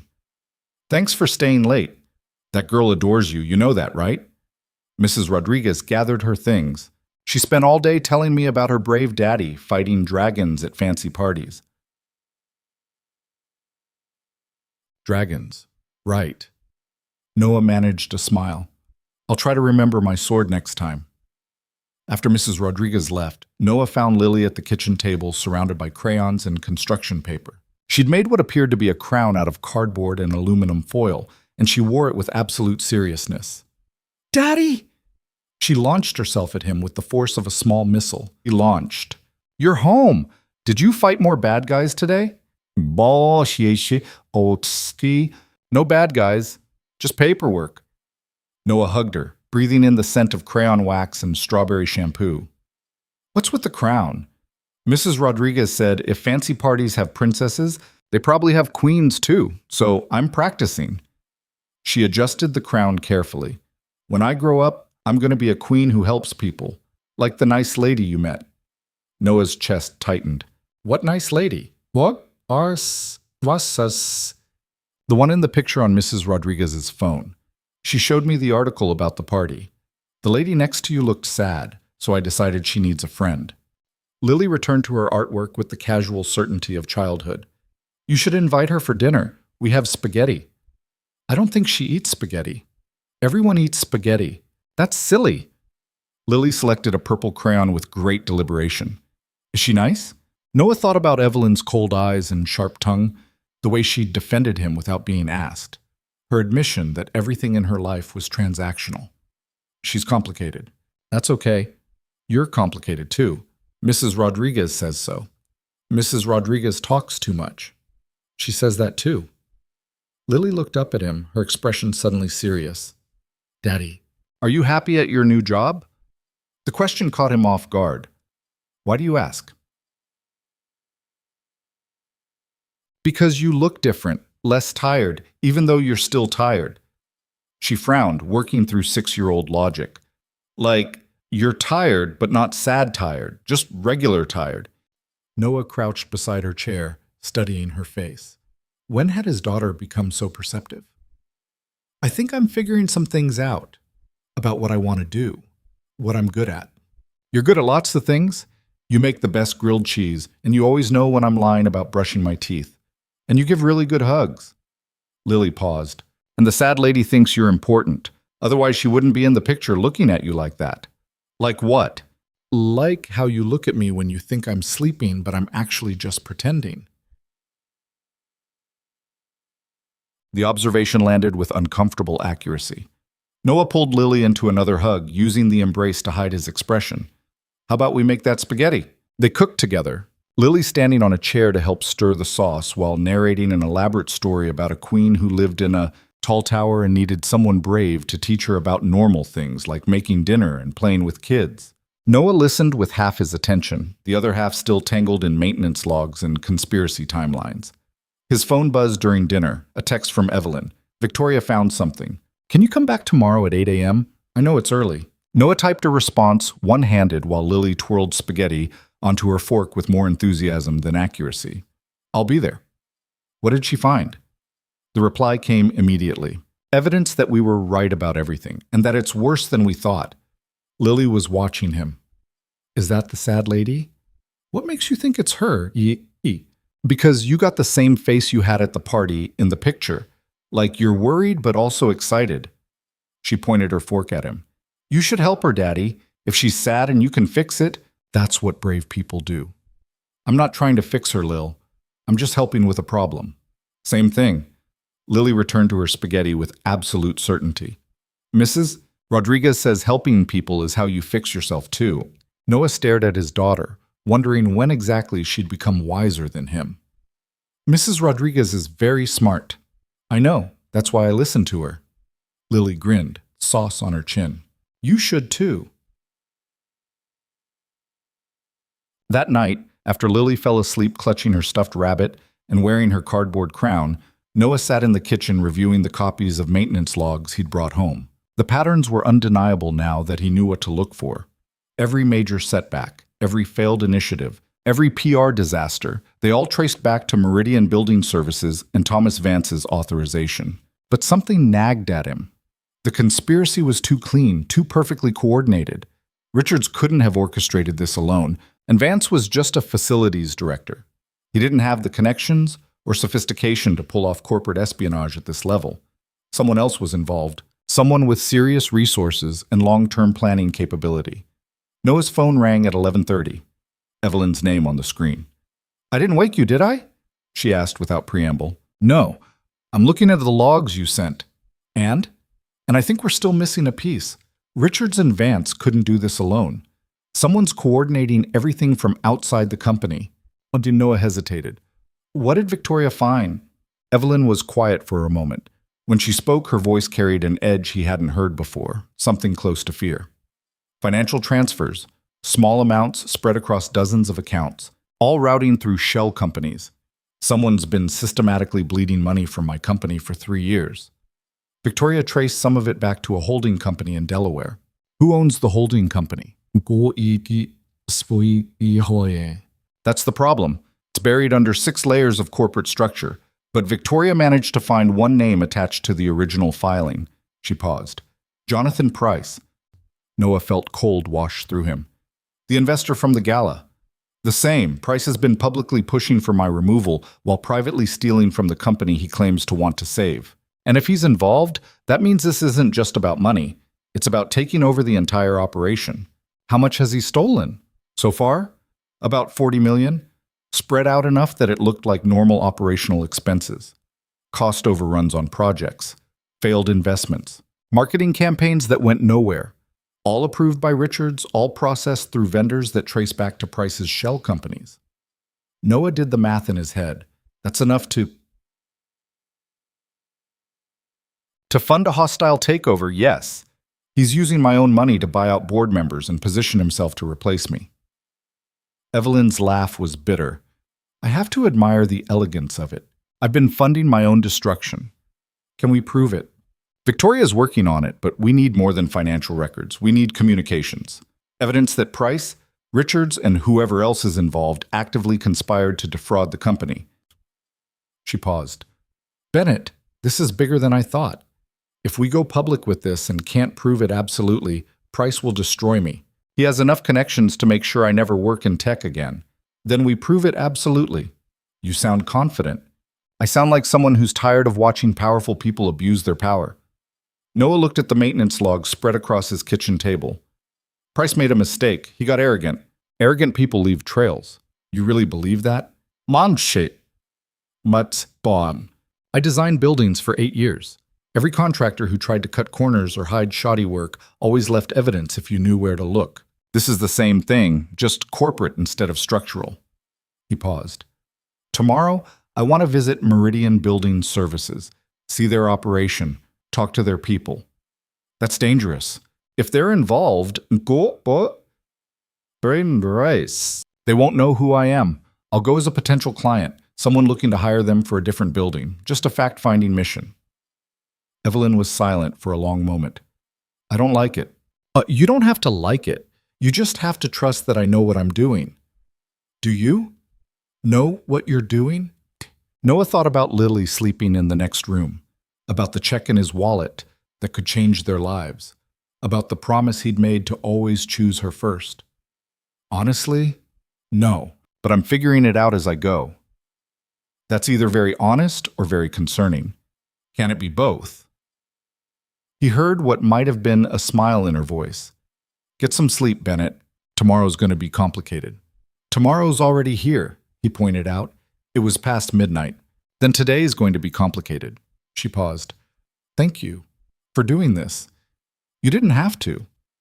Yeah, I did. You gave me a reason to remember what I'm good at.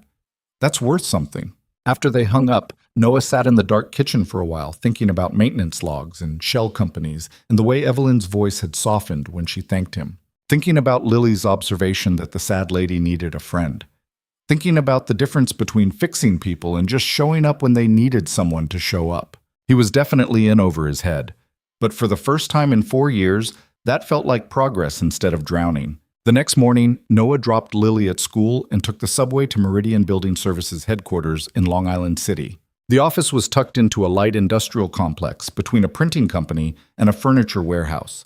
The kind of place that looked legitimate enough to pass basic vetting, but anonymous enough to hide questionable practices. Inside, the reception area was aggressively generic.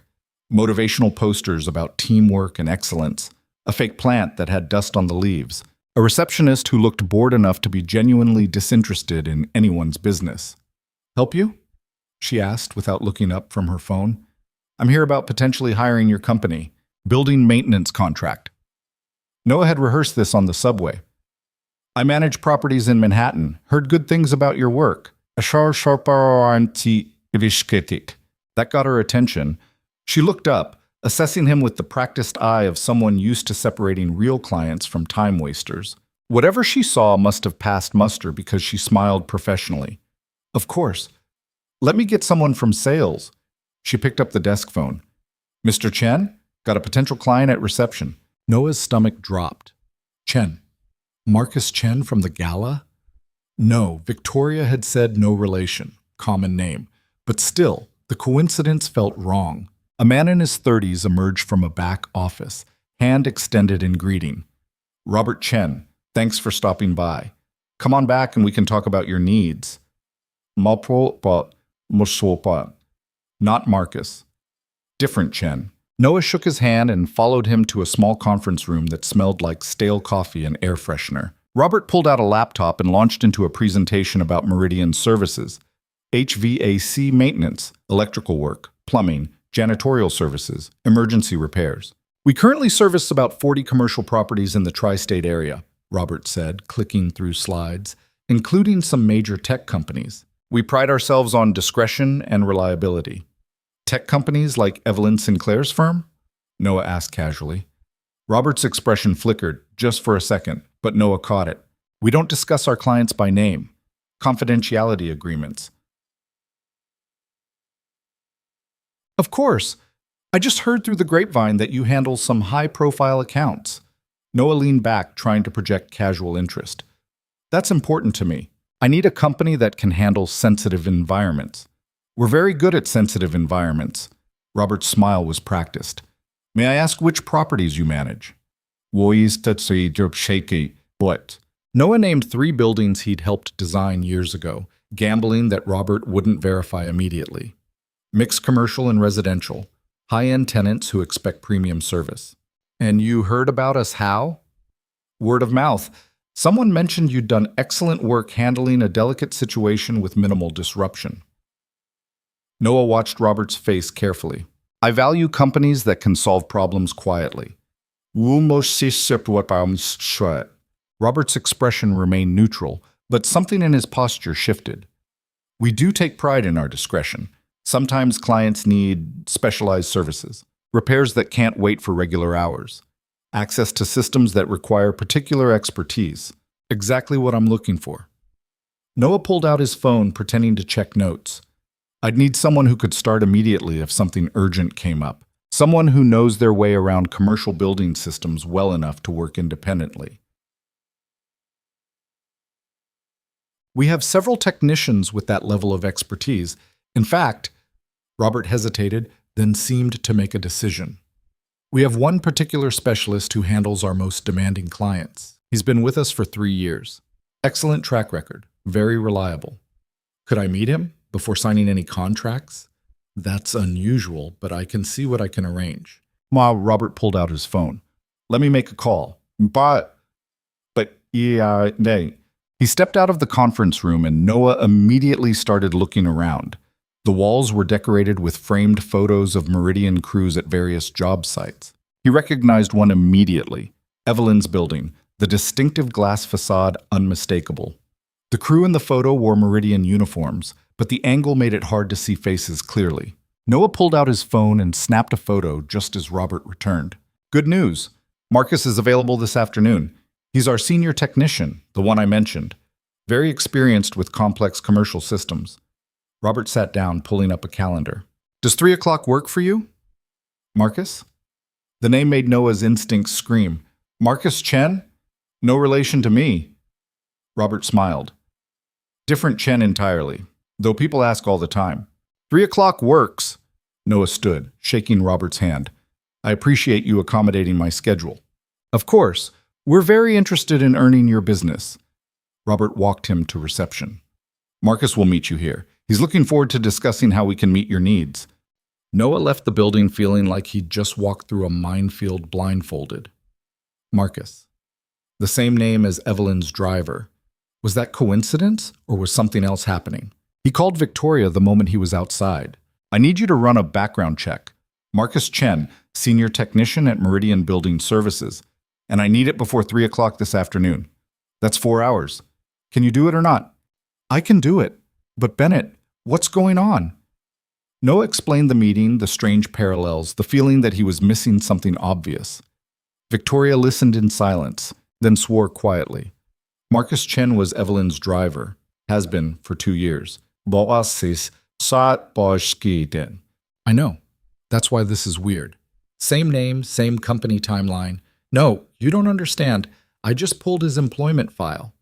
Before he worked for Evelyn, he worked for Meridian Building Services as a maintenance technician. Noah felt pieces slammed together with sudden, terrifying clarity. Evelyn's driver used to work for the company that's been sabotaging her. Either it's the strangest coincidence in history, or he's a plant. Someone placed him in her organization to monitor her movements, report on her schedule, maybe even gather intelligence. Noah's mind raced. Who hired him? According to the file, David Richards recommended him, said he needed reliable security after a previous driver quit unexpectedly. Yeehees. Richards. Of course it's Richards. Noah checked his watch. I'm meeting this other Marcus Chen at 3. I need to know everything about him before then. Employment history, financial records, criminal background, everything. I'll do what I can, but Bennett, if you're right about this, you're walking into a meeting with someone who's actively part of the conspiracy. That's dangerous. Then I'll be careful. Careful might not be enough. Noah thought about Lily asking if he was brave, about Evelyn trusting him when she didn't trust anyone, about the maintenance supervisor in a threadbare suit who'd somehow ended up in the middle of a corporate conspiracy worth billions. It'll have to be, he said, and hung up. He spent the next 3 hours at a coffee shop, reviewing everything Victoria sent him. The picture that emerged was damning. Marcus Chen, the technician, not the driver, had worked for Meridian for 5 years. Before that, he'd been employed by a Boston tech firm as a network security specialist. The same Boston firm where Thomas Vance had worked before joining Evelyn's company. Not a coincidence. Absolutely not a coincidence. Victoria's final message came at 2:30. Both Marcus Chens have deposits hitting their accounts on the same schedule, $20,000 monthly for the past 2 years. Source traced back to one of Jonathan Price's shell companies. They're both being paid to spy on Evelyn. Noah stared at the text, feeling rage build in his chest. Evelyn had been surrounded by betrayal for years and hadn't known. Her own driver, someone she saw every day, someone she trusted with her safety, was reporting her every movement to the people trying to destroy her. He forwarded the information to Evelyn with a simple message. Don't trust Marcus. I'll explain later. Don't let him know you know. Her reply came immediately. What do you mean, don't trust Marcus? Your driver works for Jonathan Price, has been for 2 years. I'm sorry. 3 minutes of silence, then, I'm going to kill him. Don't. We need him to think we don't know. If he disappears or gets fired, everyone else will go to ground, and we'll lose our chance to catch them. Another long pause. I've been driving around with a spy for 2 years. I know, I'm sorry. Stop apologizing. It's not your fault. It's mine for being stupid enough to trust anyone. Noah wanted to say something comforting, but what comfort existed for that kind of violation? He settled for truth. Trust isn't stupid. Getting betrayed doesn't mean you were wrong to trust. It means they were wrong to abuse it. No response. Noah checked his watch and headed back to Meridian. Marcus Chen, the technician, was nothing like Marcus Chen, the driver. Where the driver was quietly competent, this Marcus was smooth and confident, the kind of person who'd been selling something his entire life. He met Noah in the conference room with a firm handshake and a smile that didn't reach his eyes. Robert tells me you're looking for specialized maintenance services. Marcus sat down across from Noah, casual and relaxed. What kind of systems are we talking about? Mixed commercial infrastructure, some older buildings with updated tech, some newer construction with integration issues. Noah watched Marcus carefully. I need people who can work quietly, handle sensitive situations without drawing attention. That's our specialty. I've been doing this kind of work for years. Systems that need particular care. Clients who value discretion. Marcus leaned forward slightly. May I ask what kind of sensitive situations you're anticipating? The usual. Tenant disputes that require access to utilities. Security concerns that involve monitoring systems. Occasional need for after-hours work that can't be logged publicly. Noah kept his voice neutral. I assume you've handled similar scenarios? Something flickered in Marcus's expression. Satisfaction, maybe, or recognition. Oh yes. I've worked with several clients who had unique requirements, specialized access needs, situations where standard protocols didn't quite apply. Can you give me an example? Marcus smiled. One client needed regular monitoring of their executive communication systems. We handled it as routine maintenance, but really, we were ensuring data security, making sure no unauthorized access occurred. By monitoring the executives themselves, by protecting the company's interests, Marcus's smile widened. Sometimes the biggest threats come from inside. People in positions of power making bad decisions. Our job was to provide oversight. Noah felt sick. Marcus was describing corporate espionage like it was a legitimate service. And your client was happy with this arrangement? The client never knew about the arrangement. The contract was with someone else in the organization, someone who understood the bigger picture. Marcus leaned back, confident. That's often how these things work. The people at the top don't always understand what's necessary to protect their own interests. Interesting philosophy. Practical philosophy. I'm very good at what I do, Mr. Bennett. I understand systems, both the technical kind and the human kind. I know how to gain access, maintain it, and use it effectively without anyone noticing. Marcus pulled out a tablet. If you hire Meridian, you're not just getting maintenance services. You're getting strategic support, information, control. And what does that cost? Depends on what level of service you need. Basic maintenance is our standard rate, but specialized services, the kind we're really discussing, require different arrangements. Usually a retainer plus performance bonuses tied to specific outcomes. Noah pretended to consider this. Outcomes like what? Like ensuring particular business decisions go certain ways, like having advance warning when problems are developing, like being able to influence situations before they become crises. Marcus watched Noah carefully. I get the sense you understand what I'm offering. The question is whether you're actually in a position to use it. What makes you think I might not be? Because the properties you mentioned, I looked them up while Robert was arranging this meeting. You don't manage them. They're owned by corporations, managed by firms, and you're not listed anywhere in their structure. Marcus's smile turned cold. So either you lied about who you are, or you're here for a different reason entirely. Noah felt his pulse spike, but he kept his expression neutral. Maybe I'm considering purchasing those properties. Due diligence requires understanding all aspects of their operation. Maybe, or maybe you're working for someone who's very interested in how Meridian operates. Someone who recently became suspicious about our services. Marcus stood slowly. I'm going to ask you directly, Mr. Bennett, who sent you? Bus. Nobody sent me. I'm researching maintenance contractors. Robert, could you come in here, please? Marcus called toward the door. Robert Chen appeared immediately, too immediately, like he'd been waiting. Behind him came two other men, both large and purposeful. Mr. Bennett was just leaving, Marcus said pleasantly. Unfortunately, we won't be able to provide the services he needs. We're very selective about our clients. I appreciate your time. Noah stood, calculating distances to the exit. 3 men between him and the door, plus Marcus. Not good odds. Before you go, though, Marcus pulled out his phone, swiped through something, and turned it toward Noah.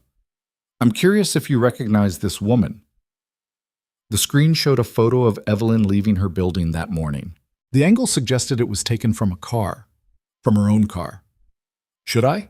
Noah asked. I think you know her quite well. I think you've been spending a lot of time in her building, helping her with a little investigation. I think you're exactly the kind of complication we were warned might develop. Marcus pocketed his phone. Mr. Price will be very interested to hear about this visit. Noah's mind raced. If they reported back to Price that someone was investigating Meridian, the entire conspiracy would go underground. Evidence would disappear, people would scatter, and Evelyn would lose any chance of stopping them. I don't know what you're talking about, he said. Of course you don't. Marcus nodded to the other men. Gentlemen, please escort Mr. Bennett out. Make sure he understands that returning would be inadvisable. The 2 large men moved forward. Noah backed toward the window, running options. Fight his way out? He'd lose. Call for help? They'd take his phone. Negotiate? They had no reason to negotiate. Then his phone rang. Evelyn's name on the screen. Marcus grabbed it before Noah could react, answering with a pleasant smile. Miss Sinclair, how nice of you to call. Your friend Mr. Bennett is just leaving our office. Yes, he's fine. We had a very interesting conversation about specialized services. I think Mr. Price would love to hear about it. Noah heard Evelyn's voice through the speaker, sharp and cold. Heard Evelyn's, "Put Bennett on the phone. Now, say." "I don't think so, but I'll deliver a message for you. Stop investigating. Stop digging. Accept the board's decision in 10 days and walk away. Otherwise, things are going to get much worse for everyone you care about, starting with—" The office door slammed open. Marcus, the driver, Evelyn's Marcus, stood in the doorway with the expression of someone who'd driven very fast and was extremely displeased. "Miss Sinclair sent me to collect Mr. Bennett," he said calmly. "He's leaving with me. Now." Marcus, the technician, stared at his namesake. "You're supposed to be driving Miss Sinclair. Change of plans. She took a different car. I'm here for him." The driver's voice was flat, but Noah caught undercurrents of something else. Anger, maybe, or calculation. "We're not finished with— "Yeah, you are." The driver pulled out his phone, showing the screen to the room. "I just sent Miss Sinclair the address of this location, names of everyone present, and a recording of the last 5 minutes. That's enough evidence for witness intimidation charges. You want to make this worse, or you want to let him walk?" The two men blocking the door looked to Marcus, the technician, who'd gone very still. For a long moment, nobody moved. Then Marcus set Noah's phone on the table. "Get out, both of you, and tell Miss Sinclair that she's making a serious mistake." The driver grabbed Noah's arm and pulled him toward the exit. They moved quickly through the lobby, out to the waiting car, and drove 3 blocks before either of them spoke. "You know," the driver finally said, "when you told Ms. Sinclair not to trust me, I assumed you'd figured out my real employment history. Turns out you're even smarter than that." Noah turned to look at him. "Why did you help me?" "Because about 6 months ago, I realized the people paying me were genuinely terrible humans doing genuinely terrible things. And because this morning Ms. Sinclair confronted me about the money, about working for Price, about all of it." He glanced at Noah. "She offered me a choice, Noah. Keep taking Price's money and go to prison when this all comes out, or help her stop them and maybe earn back a fraction of the trust I violated. And you chose her?" "I chose not being a complete piece of trash." Marcus, and Noah was beginning to think of him differently now, navigated through traffic. "I've been reporting to Price for 2 years, telling him everywhere she goes, everyone she meets, every move she makes. I enabled all of this. So yeah, helping you seemed like the least I could do." She must have been furious. She was terrifyingly calm, which was somehow worse. Marcus pulled onto the highway. "She wants us to meet her at a different location, somewhere away from her building, away from anyone who might be watching. She says we need to plan our next move, and we need to do it before Price realizes how much we know." Noah's phone buzzed, a text from Evelyn. "Are you okay?" He replied quickly, "Fine. Your Marcus got me out." My Marcus is currently explaining exactly how much damage he did over the last 2 years. We'll discuss compensation later. Right now, I need you both at the address he's driving to. We're running out of time. The car pulled up to a small law office in a quiet part of Brooklyn. Inside, Evelyn waited with Victoria and a man Noah didn't recognize. Late 60s, silver hair, expensive suit that somehow looked comfortable instead of pretentious. "Bennett?" Evelyn looked him over, checking for damage. "You're intact." "Mostly." He turned to the stranger. "Who's this?" "Bernard Walsh, my personal attorney, and one of the few people in my life who isn't actively trying to destroy me." She gestured to chairs. "Sit. We have a lot to discuss and not much time." Bernard opened a briefcase, pulling out documents. "Based on the evidence Ms. Sinclair and Ms. Chen have compiled, we have a strong case for criminal fraud, theft, conspiracy, and corporate espionage. The problem is timing. The board meeting is in 10 days, and getting criminal charges filed and prosecuted before then is virtually impossible." "So we lose," Evelyn said flatly. "No, we change tactics." Bernard spread documents across the table. "We don't wait for the board meeting. We go public immediately. Press conference, media exposure, law enforcement notification. Everything at once. We force their hand before they're ready." "They'll deny everything," Victoria said. Richards, Price, all of them. They'll claim the evidence is fabricated. Let them. Bernard's smile was sharp. Because we have something they don't know about. We have Marcus. Everyone looked at the driver, who'd been silent since entering. He shifted uncomfortably. I've been recording my conversations with Price's people for the last 6 months, he admitted. Insurance, in case they tried to throw me under the bus. I've got dozens of hours of them discussing the conspiracy, dividing up assets, planning the takeover. They never knew I was documenting everything. Evelyn stared at him. You recorded them. I'm a spy, Ms. Sinclair. Recording conversations is basic tradecraft. He pulled out his phone. I've got enough here to bury everyone involved. Price, Richards, Vance. All of them explicitly discussing criminal activity. Bernard looked like a kid on Christmas morning. That changes everything. With those recordings, we don't need the board meeting. We go to the FBI. They'll have enough for immediate arrest warrants. How long? Evelyn asked. If we move fast, I can have federal agents briefed and warrants issued within 48 hours. Noah watched Evelyn process this, saw the moment she made her decision. Do it. Contact the FBI. Prepare the documentation. I want every single person involved arrested before they know what's happening. There's risk, Bernard warned. If Price finds out we're moving against him, he could destroy evidence, flee the country, use his connections to block the investigation. We get one shot at this. Then we make it count. Evelyn turned to Marcus. You're going to wear a wire. Keep reporting to Price like normal, but now you're working for us. I want everything, every conversation, every instruction, every detail of their plan. They'll know something's wrong. I wasn't supposed to help Bennett today. Tell them you did it to maintain cover, that you're still feeding them information. Evelyn's eyes were cold. Can you do that convincingly? Marcus nodded slowly. Yeah, I can do that. Good. Because in 48 hours, everyone you've been working for goes to prison. And whether you join them depends on how useful you make yourself between now and then.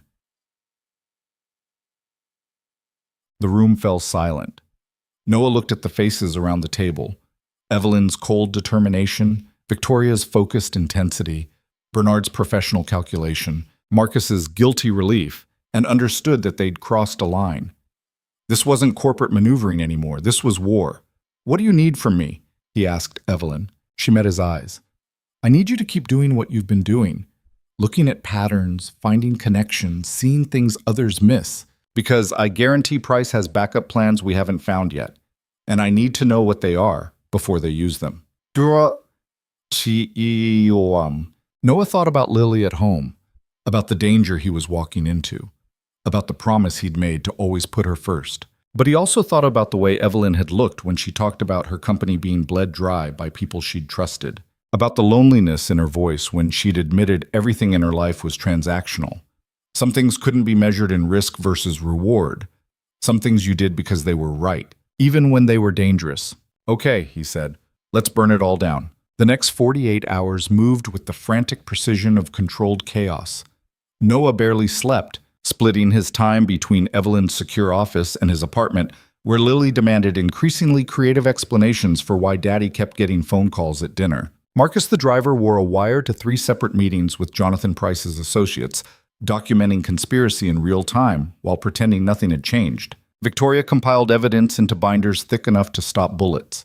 And Evelyn moved through it all with the cold focus of someone who'd finally stopped defending and started attacking. Noah was reviewing financial transfers in Victoria's office when his phone rang at 2 in the morning. Evelyn's name on the screen. You need to come to my apartment now. Her voice was tight. We have a problem. 20 minutes later, Noah stood in Evelyn's penthouse apartment for the first time, and the contrast to her public persona was jarring. The space was beautiful in a sterile way. Expensive furniture that looked uncomfortable, art that seemed chosen by a decorator instead of a person, a kitchen so pristine it clearly never saw actual cooking. But what struck him most was how empty it felt. Not minimalist, just lonely. Evelyn met him at his elevator in sweatpants and an old t-shirt, her hair down for the first time since he'd met her. She looked younger without the armor of tailored clothes and severe styling. She also looked terrified. Marcus called 5 minutes ago. Price knows we're investigating. She led him to a living room where floor-to-ceiling windows overlooked Manhattan's glittering sprawl. They found out about the FBI contact. We have maybe 12 hours before they start destroying evidence and disappearing. Noah felt his stomach drop. How did they find out? Marcus doesn't know. But Price called an emergency meeting for 8 a.m. tomorrow. This morning, technically, with Richards, Vance, and 3 other people Marcus hasn't identified yet. He said Price sounded calm, which means he has a plan. What kind of plan? The kind where we lose everything and probably end up looking like the criminals instead of the victims.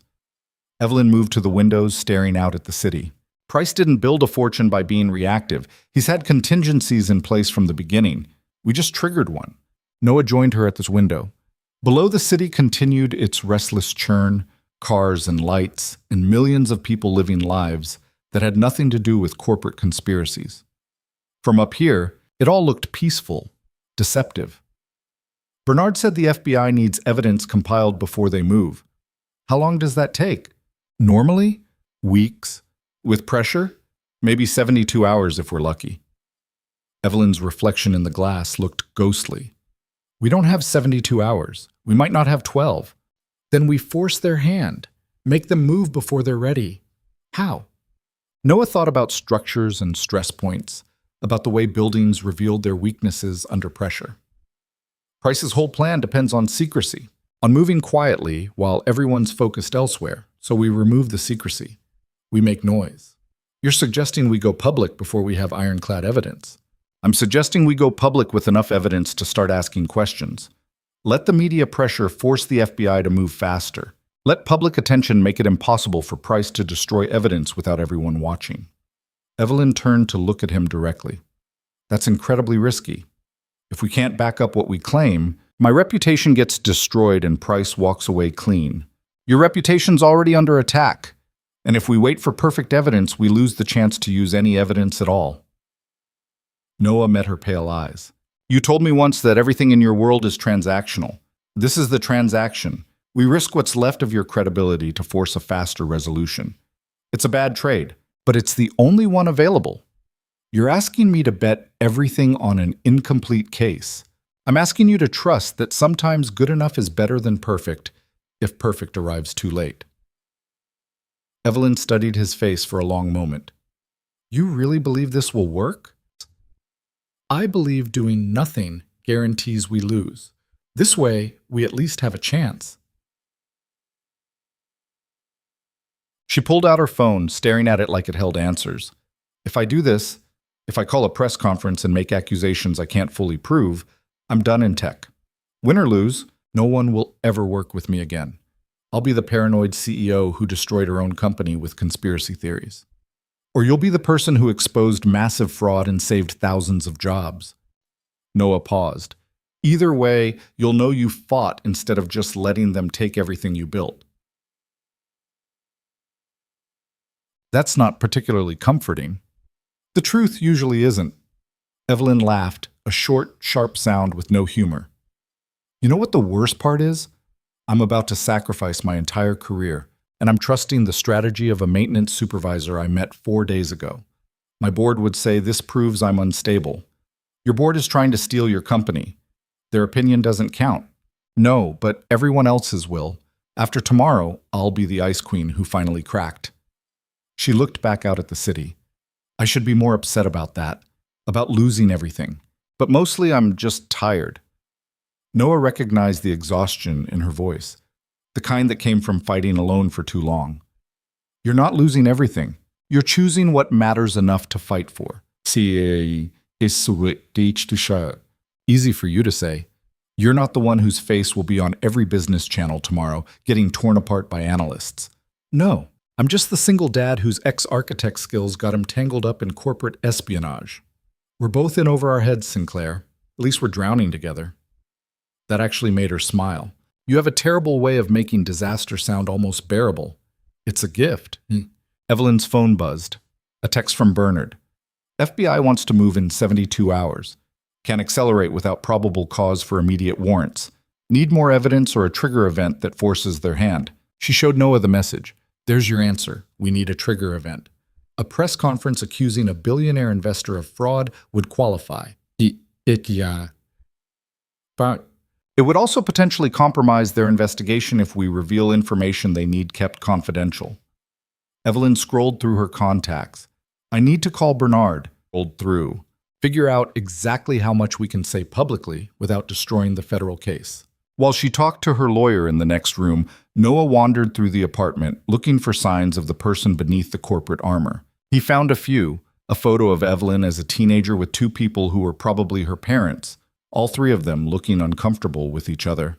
A shelf of books that suggested she read late-night philosophy and early morning thriller novels. A coffee mug with "World's Okayest CEO" printed on it that seemed like it might have been a gift from someone with a sense of humor. In the kitchen, he found evidence she did occasionally cook, high-end ingredients mostly untouched, a pasta maker still in its box, a set of knives that cost more than his monthly rent. The refrigerator held takeout containers and bottled water. The freezer was empty except for ice and a pint of expensive ice cream that looked like it had been there a while. This was the life of someone who'd built an empire at the cost of everything else. No family photos except the uncomfortable one.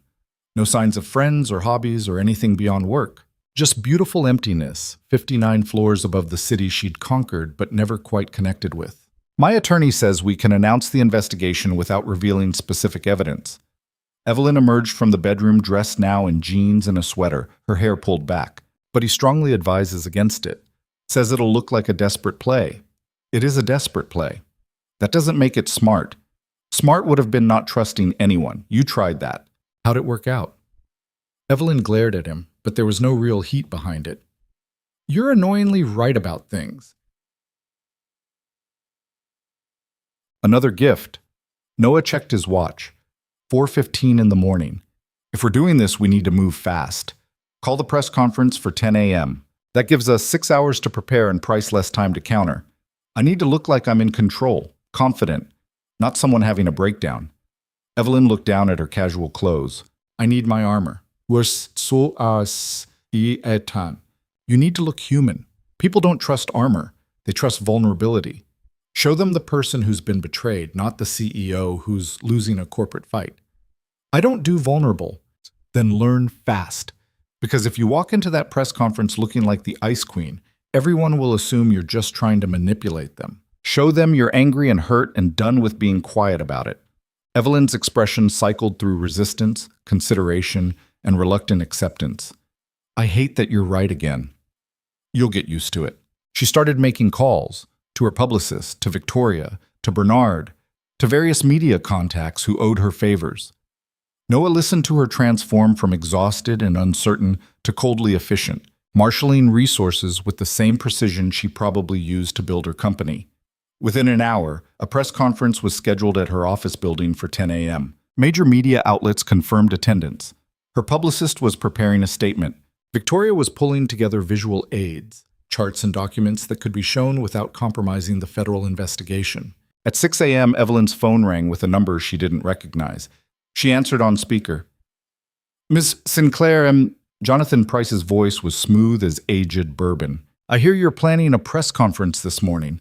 I'd like to suggest we talk privately before you do something regrettable. Evelyn's expression went cold. I have nothing to say to you, Price. I think you do. I think you're about to make accusations you can't prove, destroy your own reputation, and accomplish nothing except making yourself look unstable. I'm offering you a chance to avoid that. By doing what? Accepting your takeover quietly? By recognizing reality.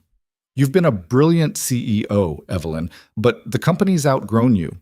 The board knows it. The investors know it. Even your own team knows it. Price's voice carried the weight of absolute certainty. Step down gracefully. Take a generous exit package. Maybe do some consulting work. Write a book about your experiences. But stop fighting the inevitable. The inevitable being you stealing what I built? The inevitable being the company continuing to grow under leadership better suited to its current scale. You're a founder, Evelyn. A startup visionary. But visionaries don't always make good operators. There's no shame in that. Noah watched Evelyn's face, saw the fury building behind her controlled expression. He shook his head slightly. Don't engage, don't let him provoke you. Thank you for the advice, Jonathan. I'll give it all the consideration it deserves. Evelyn's voice was ice. See you at the press conference. Evelyn, wait, she hung up. Then she looked at Noah with something close to panic. He sounded so reasonable, like he actually believes he's doing the right thing. Narcissists always do. That's what makes them dangerous. Noah moved closer. He's trying to shake your confidence right before you go public. Don't let him. What if he's right? What if I am just a founder who doesn't know how to operate at scale? Then you would have failed 3 years ago when the company started growing. Instead, you've been fighting sabotage while still managing to keep everything running. That's not incompetence. That's remarkable. Noah caught her eyes. Price is counting on you doubting yourself. Prove him wrong. Evelyn took a shaky breath, then nodded. Okay, let's do this. Wait, see it. The next 3 hours were controlled chaos. Victoria arrived with binders of evidence, carefully sanitized to show patterns without revealing details that might compromise the FBI investigation. Bernard showed up with legal paperwork establishing that everything Evelyn planned to say was defensible in court. Marcus the driver provided his recordings, edited to remove anything that might identify federal cooperation, but damning enough to prove conspiracy existed. At 9:30, they gathered in Evelyn's office for final preparation. She'd changed into a dark blue suit that somehow managed to look both professional and approachable. Not armor, but not vulnerability either. A balance. Remember, Bernard coached, stick to facts. Don't speculate. Don't name names unless you have documentation. And whatever happens, don't lose your temper. Angry looks defensive. I am defensive. I'm being attacked. Then channel that into determination, not rage. Bernard checked his notes. The statement we prepared hits the key points without going too far. Read it exactly as written. Don't ad-lib. Evelyn looked at the prepared statement, then at Noah. What do you think? He scanned the page. It was good, professional, measured, hitting the right notes of concern without sounding accusatory. It was also completely bloodless. I think if you read this, everyone will assume your publicist wrote it and you're just performing damage control. He handed it back. Speak from the heart. Tell them what actually happened. They'll know if you're being real. Bennett's not a communications professional, Bernard protested. The statement is legally sound and strategically optimal, and completely forgettable, Mom, Noah interrupted. People remember authenticity. They tune out corporate speak. Evelyn looked between them, then crumpled the prepared statement and tossed it in the trash. I'm going off script. Bernard looked like he might cry. Evelyn, that's incredibly risky. Everything about this is risky. At least this way it'll be honest. She straightened her jacket. Let's go. The press conference was set up in the building's main lobby, a calculated choice that put reporters in Evelyn's territory while remaining accessible to media. Cameras filled the space, reporters jostled for position, and the air hummed with anticipation. Noah hung back near the security office with Victoria, watching on monitors as Evelyn approached the podium. She looked small in front of all those cameras. Alone. Vulnerable in a way that made Noah's chest tighten. Thank you all for coming. Evelyn's voice was steady. I'm here today because for the past 3 years, someone has been systematically sabotaging my company. Stealing money, destroying partnerships, undermining operations, all while positioning themselves to take control when the damage became severe enough. Reporters started shouting questions immediately. Evelyn held up a hand. I'll take questions after. Right now I need you to listen. She paused, and Noah saw her make the choice in real time, to drop the corporate facade and just be honest. When I started this company, I believed that if you worked hard enough, if you were smart enough and ruthless enough, you could build something that mattered, something that would last. I sacrificed everything for that belief. Relationships, sleep, any kind of normal life. I told myself it was worth it because I was building something important. Her voice caught slightly, and instead of hiding it, she let it show. 2 weeks ago, I attended a charity gala where everyone treated me like I was either a curiosity or a threat. I sat next to a man who had every reason to hate people like me. People with wealth and power who look down on anyone who doesn't have both. But he didn't hate me. He just saw me. The actual person, not the net worth or the reputation. Noah felt every eye in the security office turn toward him. He kept his attention on the screen. That man helped me see something I'd been missing. That the people I trusted, the executives I promoted, the investors I relied on, the advisors I hired, some of them were actively working to destroy everything I'd built. Not because I'd failed, but because my success made me vulnerable to people who valued profit over integrity. Evelyn pulled up the first chart, financial transfers mapped over time. This shows money being siphoned from my company over 3 years. Small amounts spread across hundreds of transactions, designed to look like normal operational costs. It totals $43 million, all traced back to shell companies controlled by people who publicly claim to support me while privately stealing from the company they're supposed to protect. More charts, more data, evidence laid out with brutal clarity.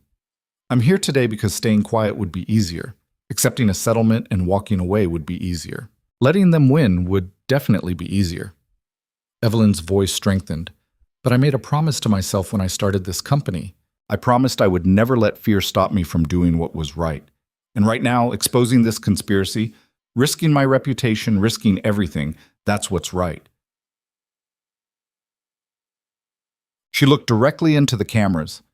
To the people who betrayed me, who violated trust and abused power and thought I'd never fight back, you underestimated me. You thought the Ice Queen would just freeze up and accept defeat. You were wrong. The room erupted with questions. Evelyn answered them with a composure that belied the personal stakes involved. Yes, she'd contacted law enforcement. No, she couldn't name specific individuals yet. Yes, she believed this went beyond her company to a larger pattern of corporate corruption. No, she wasn't stepping down. Noah watched Jonathan Price slip into the back of the lobby during the question and answer session.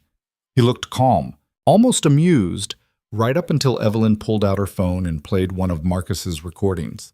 Price's voice filled the lobby, discussing how to expedite Sinclair's removal and redistribute assets before anyone questions the transfers. The recording was only 30 seconds, but it was devastating. Reporters went wild. Cameras swung toward Price, who'd gone pale. That recording was obtained illegally, he started. That recording was made by someone you hired to spy on me, Evelyn cut him off. Someone who realized what he was part of and decided to do the right thing. Someone who's currently cooperating with federal investigators. Price's expression shifted from shock to calculation to barely controlled rage in the space of seconds. He turned and walked out of the lobby without another word. The press conference continued for another 20 minutes before Bernard finally stepped in and ended it. Evelyn fielded final questions, thanked everyone for coming, and maintained her composure right up until she walked into the elevator and the doors closed. Then she collapsed against the wall, shaking. I can't believe I just did that. Her voice was barely audible. I just accused one of the most powerful investors in New York of criminal conspiracy on live television. You also proved it with evidence, Victoria said, riding up with them. That recording was perfect. Price's lawyers will claim it's inadmissible, but it's already viral. Twitter's exploding. The stock's actually climbing because investors think you're taking control. Or they think I'm insane and they're trying to cash out before everything crashes. Evelyn looked at Noah. Was I insane? Tell me honestly. You were brave, he said, and you were right. That's all that matters. The elevator opened on the executive floor. Evelyn's assistant stood there with her phone, looking stunned. Ms. Sinclair, the FBI just called. They want to meet immediately. They said your press conference gave them probable cause for emergency warrants. Evelyn and Noah exchanged glances. How long? Evelyn asked. They're executing warrants now. David Richards' home, Thomas Vance's office, Meridian Building Services headquarters, all simultaneously. The assistant's expression was somewhere between shock and vindication. They arrested Richards 20 minutes ago. The executive floor erupted in controlled chaos. People emerged from offices, phones ringing, the energy shifting from normal corporate bustle to something electric and unstable. Noah watched Evelyn process the information, saw the moment exhaustion and relief and disbelief all hit at once.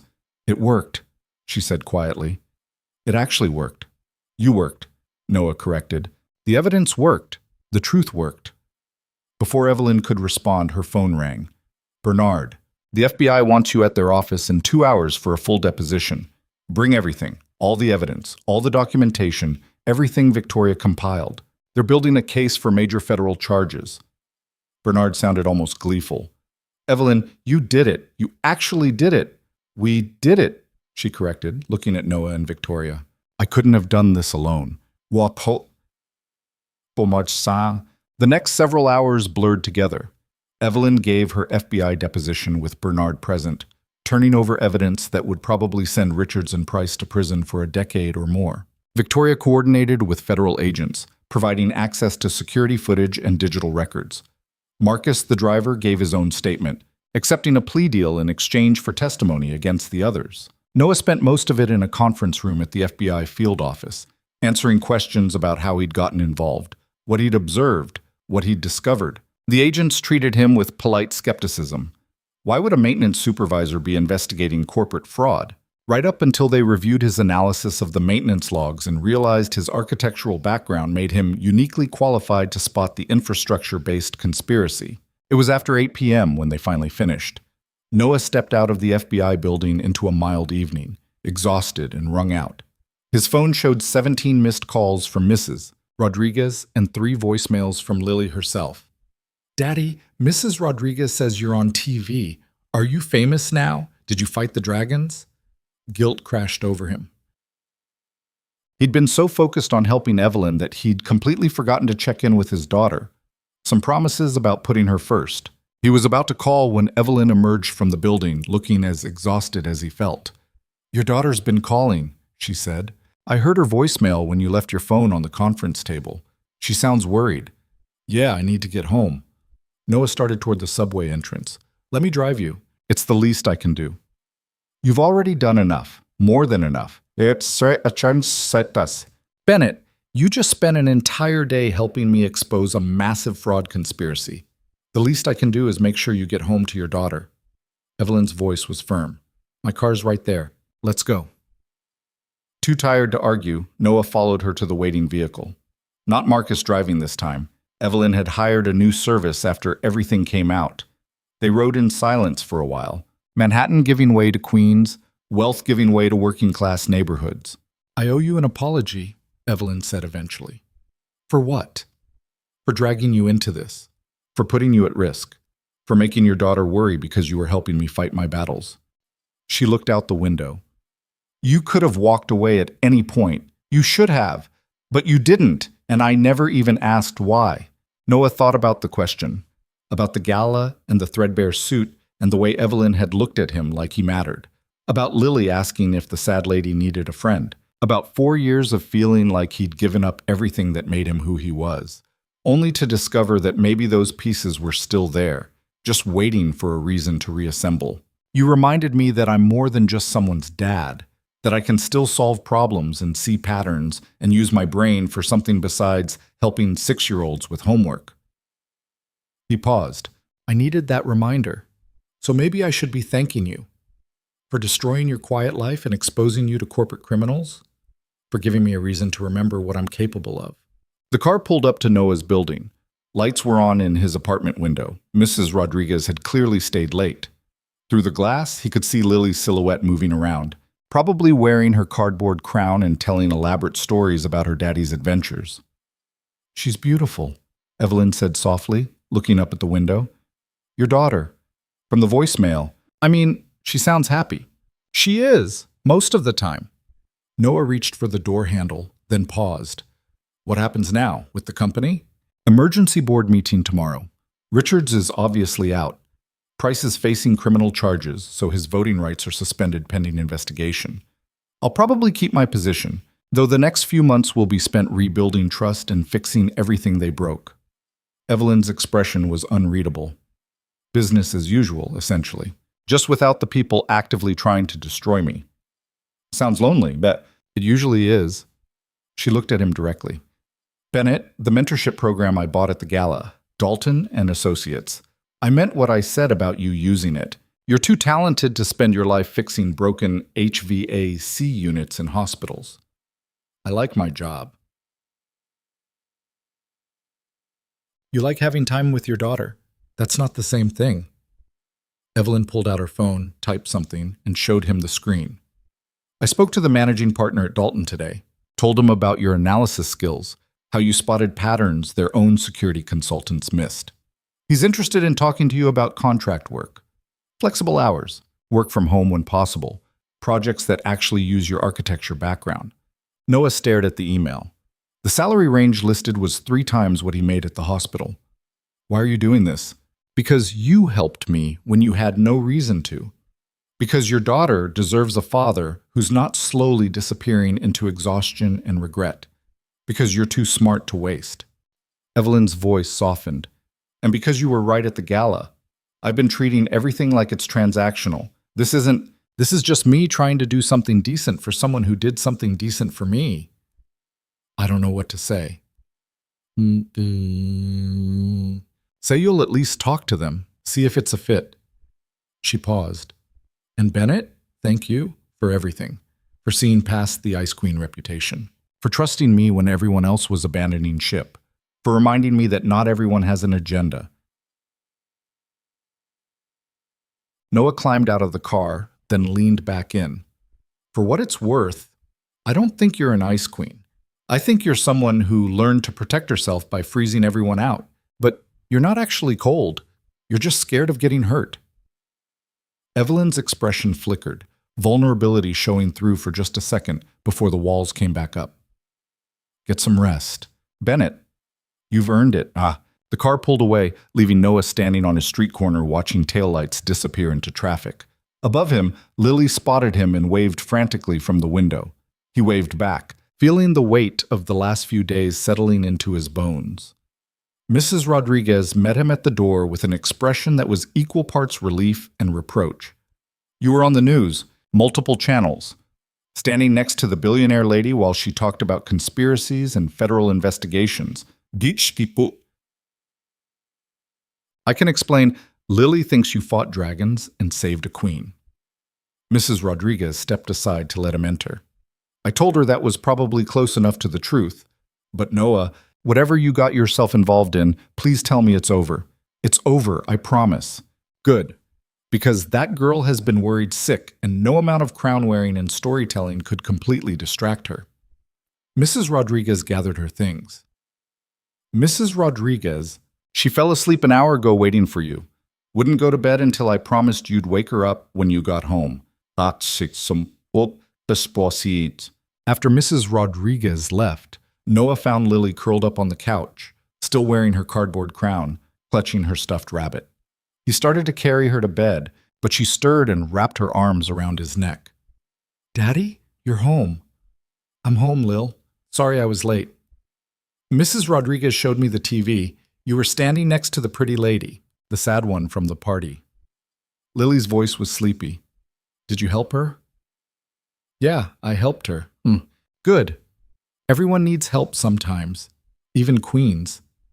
She yawned, adjusting her crown. Are you going to keep helping her? Noah thought about Evelyn's offer, about the Dalton and Associates opportunity, about the way his entire life had shifted in less than 2 weeks. I don't know yet. Maybe. You should. She looked less sad when you were there.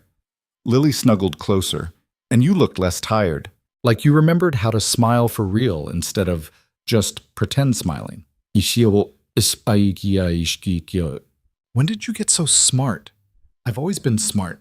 You just don't always pay attention. She yawned again. Can I meet her sometime? The Queen Lady? Why would you want to meet her? Because if she's your friend, I should know her. That's how friends work. Lily's logic was irrefutable as always. Plus, I want to show her my crown. Maybe she needs one too. Noah carried his daughter to bed, tucked her in with her rabbit, and sat beside her until she fell back asleep. Then he went to the kitchen and pulled out the email Evelyn had sent him. The Dalton and Associates opportunity stared back at him, a chance to reclaim part of the life he'd given up, to use his brain for something besides survival. He thought about Lily asking if he was happy at his new job, about Evelyn saying he was too talented to waste, about the way he'd felt over the past 2 weeks, exhausted and overwhelmed, but also alive in a way he hadn't been since Sarah died. Maybe some sacrifices were supposed to be temporary. Maybe putting Lily first didn't mean abandoning everything else. It just meant finding balance instead of choosing one extreme or the other. His phone buzzed. A text from Evelyn. Press is calling the FBI arrest the biggest corporate fraud case in a decade. Richards and Price are both being held without bail. Vance is cooperating for a reduced sentence. It's over. We won. Noah stared at the message, then typed a response. Congratulations. You earned it. Her reply came quickly. We earned it. Don't downplay what you contributed, and please, at least talk to Dalton. You deserve better than maintenance work. I'll think about it. That's all I ask. Get some sleep, Bennett, and hug your daughter. She sounds like she needed her dad tonight. Noah set down his phone and walked back to Lily's room. She was sprawled across her bed now, crown askew, one arm thrown over her rabbit. He adjusted her blanket and kissed her forehead, feeling the familiar mixture of love and terror that came with being solely responsible for another human's well-being. I'm trying, Lil, he whispered. I'm trying to be brave like you think I am. Outside, sirens wailed somewhere in the distance. The city continued its endless churn. And in a penthouse apartment across the river, Evelyn Sinclair probably sat alone, surrounded by expensive emptiness, processing the fact that she'd won, but still had no one to celebrate with. Noah thought about Lily's question. Would he keep helping the Queen Lady? And he thought about his daughter's wisdom that everyone needs help sometimes, even people who look like they have everything. Maybe especially people who look like they have everything. His phone buzzed one more time. Another text from Evelyn. I know I already said thank you, but I don't think you understand what you did. You gave me hope that not everyone is out for themselves, that sometimes people just help because it's right. I'd forgotten that was possible. So thank you for reminding me. Noah read the message 3 times, then typed a response he didn't overthink. You're welcome. And for what it's worth, you reminded me of something too, that I'm still capable of being more than just a dad trying not to drown. So maybe we helped each other. He sent it before he could second guess, then turned off his phone and went to bed. Tomorrow would bring complicated decisions about job opportunities and balancing responsibilities and figuring out what came next. But tonight, he'd helped expose a massive fraud, kept his daughter safe, and maybe, just maybe, made a friend who needed one as badly as he did. For a maintenance supervisor from Queens, that counted as a pretty good day's work. 3 months later, Noah stood in front of a building he'd designed 6 years ago and barely recognized the man who'd created it. The structure still looked good, clean lines, efficient use of space, the kind of practical elegance that aged well. But looking at it now, he could see all the places where he'd played it safe, where fear of failure had stopped him from taking risks that might have made it something extraordinary. You're doing it again. Evelyn's voice came from beside him. That thing where you stare at buildings like they personally disappointed you. I'm not disappointed. Just noticing things I missed the first time. Noah turned to look at her. She'd traded her severe business suits for something softer today, a sweater and jeans that made her look younger, more approachable. 3 months of not fighting corporate conspiracies had done something to her posture.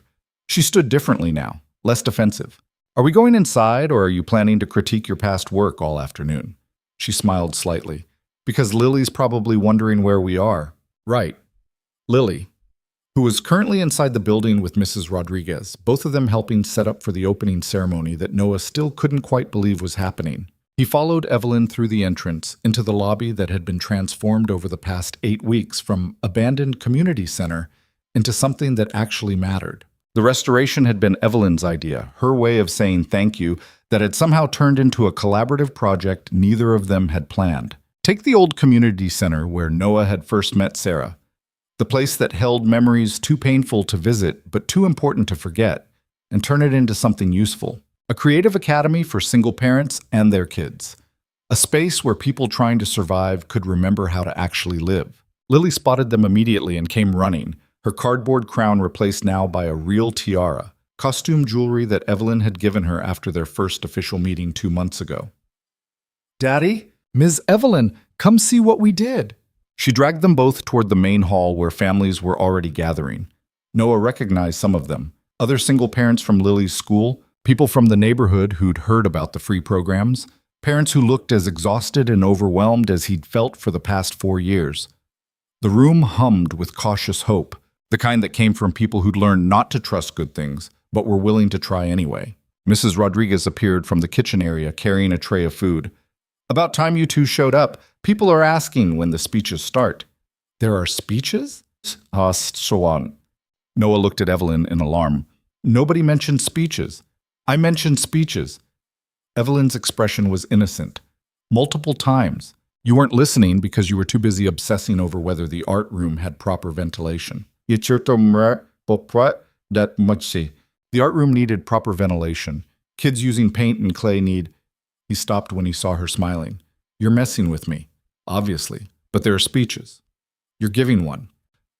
She squeezed his hand briefly. "You designed this place. You get to explain why it matters." Noah's stomach dropped. Public speaking ranked somewhere between root canals and tax audits on his list of preferred activities. But Lily was watching him with absolute confidence, like she knew he could do this even if he didn't. "Fine, but you're going first. Deal."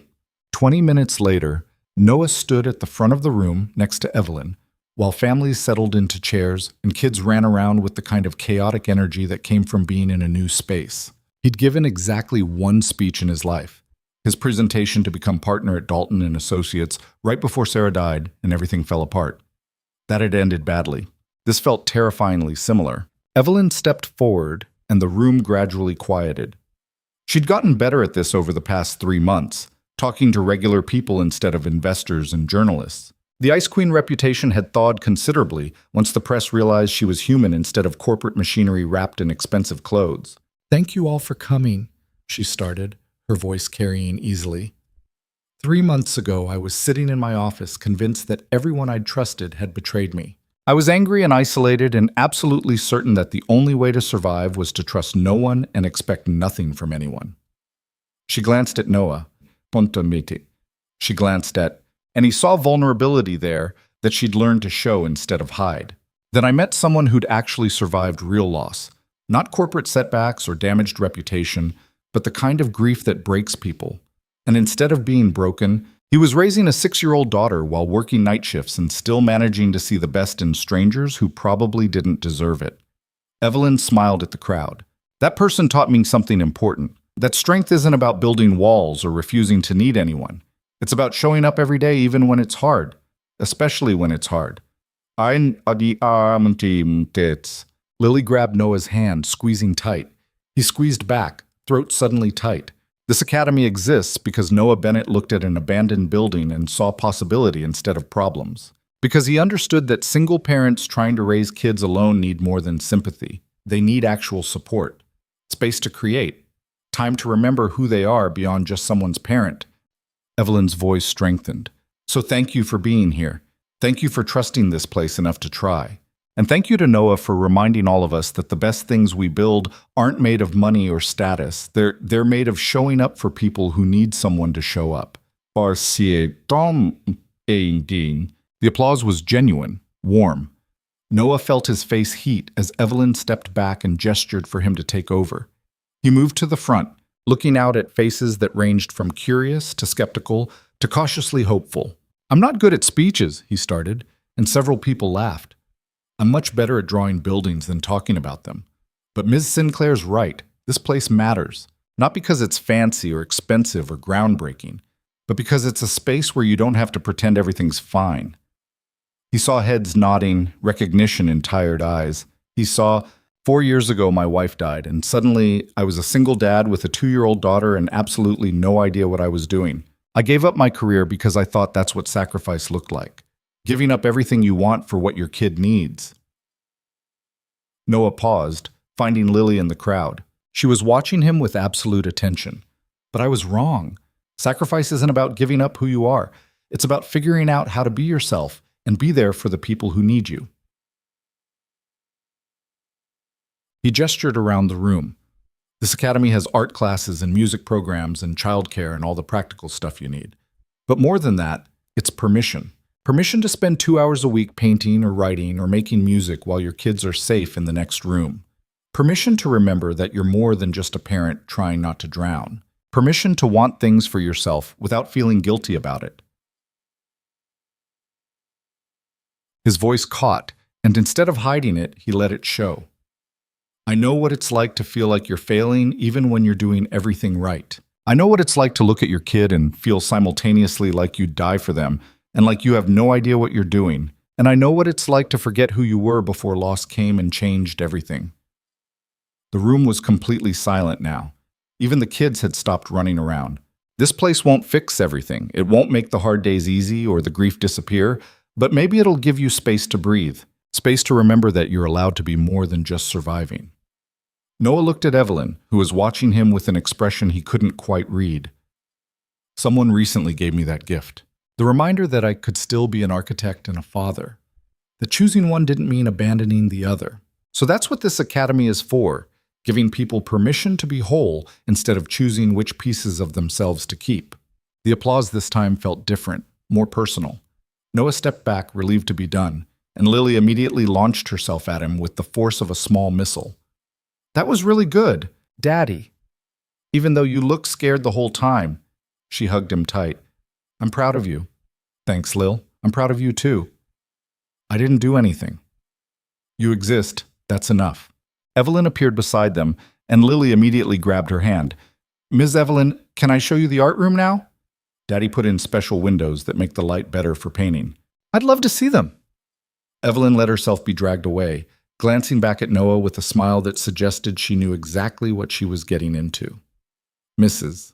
Rodriguez materialized at Noah's elbow. That woman's good for you, and for Lily. She's a friend. We're not… I didn't say you were anything. I said she's good for you. Those are different statements. Mrs. Rodriguez's knowing look made Noah uncomfortable. But you light up different when she's around. Less tired. More like the person you probably were before everything went wrong. I don't light up. You absolutely do. And she does the same thing around you and Lily, like she remembers how to be human instead of just successful. Mrs. Rodriguez patted his arm. I'm just saying, whatever's happening, friendship or something else, don't sabotage it because you're scared. Isapam. She walked away before Noah could protest, leaving him standing alone in the lobby of a building he'd designed, watching through the doorway as Evelyn and Lily examined art supplies with identical expressions of serious concentration. The sight did something complicated to his chest, a mixture of contentment and terror and possibility that he hadn't felt since before Sarah died. The next hour blurred into controlled chaos as families explored the facility, kids tested out equipment, and parents asked tentative questions about schedules and programs. Noah found himself explaining the building's design features more than once. How the windows maximized natural light, how the sound dampening in the music rooms worked, how the childcare space was positioned so parents could check on their kids while working on their own projects. He was mid-explanation about the HVAC system to a father who actually seemed interested when Evelyn reappeared with Lily in tow. Sorry to interrupt the riveting discussion of air filtration, but there's someone here who wants to meet you. She stepped aside and Noah found himself facing a man in his 60s with silver hair and kind eyes. Noah Bennett? The man extended his hand. Thomas Dalton, from Dalton and Associates. Noah's brain stuttered. Thomas Dalton, the founder of the firm where he'd almost made partner. The architect whose work Noah had studied in school like scripture, standing in a community center in Queens, looking at him with genuine interest. Mr. Dalton, I wasn't expecting… Evelyn told me about this project, about how you identified structural problems in her company by approaching them like an architect looking at a building's foundation. Dalton smiled. That's brilliant. Unconventional, but brilliant. The kind of thinking we need more of. I was just trying to help, by seeing patterns others missed, and having the courage to act on them. That's not just anything. Dalton looked around the space. This restoration is excellent work. You maintained the building's character while updating functionality. That's harder than starting from scratch. Noah felt his face heat. Thank you. The bones were good. I just had to remember what they were supposed to support. Evelyn mentioned you've been doing some consulting work for us.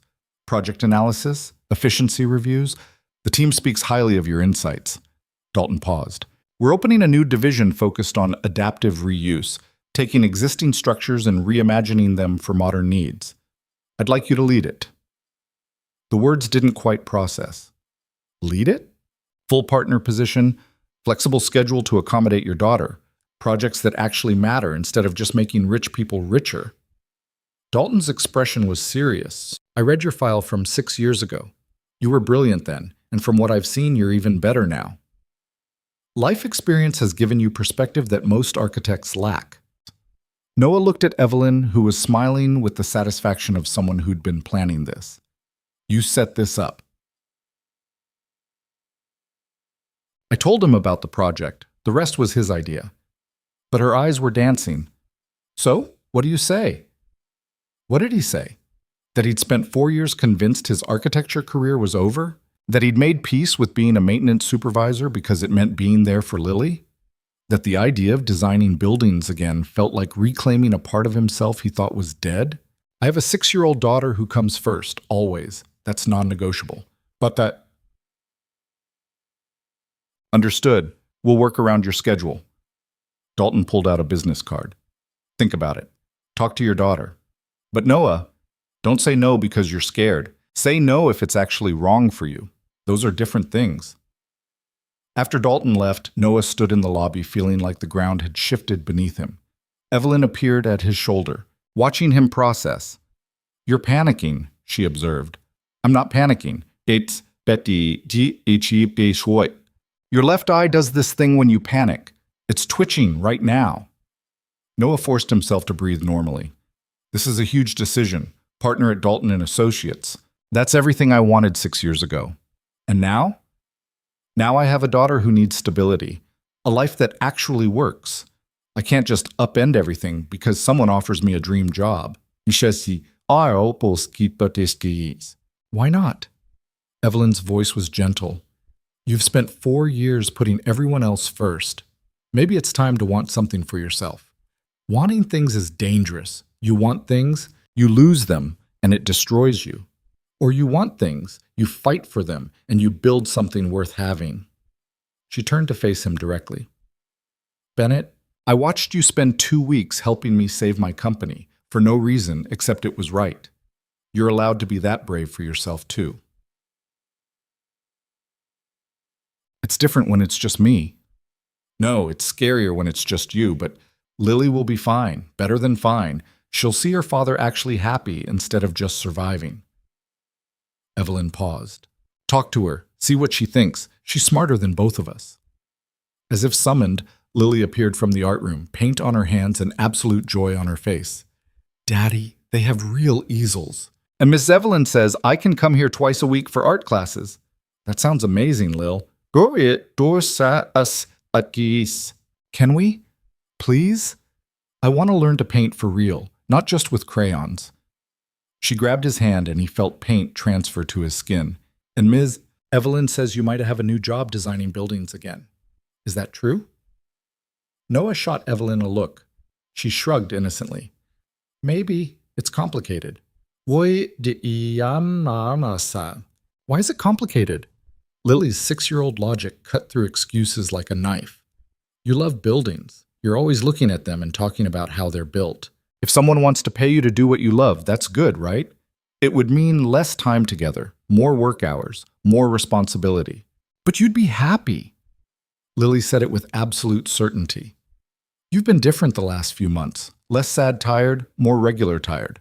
I like it better when you're happy tired. Happy tired isn't a thing. Yes, it is. It's when you're tired, but you're smiling for real, not fake smiling. Like tonight when you were talking to all those people. You looked happy tired. She paused. Mommy would want you to be happy tired, I think. The observation hit harder than it should have. Noah crouched down to Lily's eye level. You really think Mommy would be okay with this? But I think Mommy would want you to stop being sad all the time. And I think this building and Ms. Evelyn and the new job make you less sad. Lily touched his face with paint-covered fingers. So yeah, I think she'd be okay with it. Noah pulled his daughter into a hug, not caring about the paint. Over her shoulder, he saw Evelyn watching them with an expression that suggested she understood exactly how much this moment cost. When he finally stood, Lily went running back to the art room, leaving Noah and Evelyn alone again. She's right, you know, Evelyn said quietly. Your wife would want you to be happy. Not just surviving for your daughter, but actually living. How do you know what Sarah would want? Because I've watched you with Lily, the way you love her, completely, protectively, selflessly. Someone who loved you like that would want the same thing for you. They'd want you to be whole. Noah felt something crack open in his chest. Grief that had been carefully contained for 4 years, suddenly demanding acknowledgement. I miss her. Even now, after everything, I miss her. You're allowed to miss her and still move forward.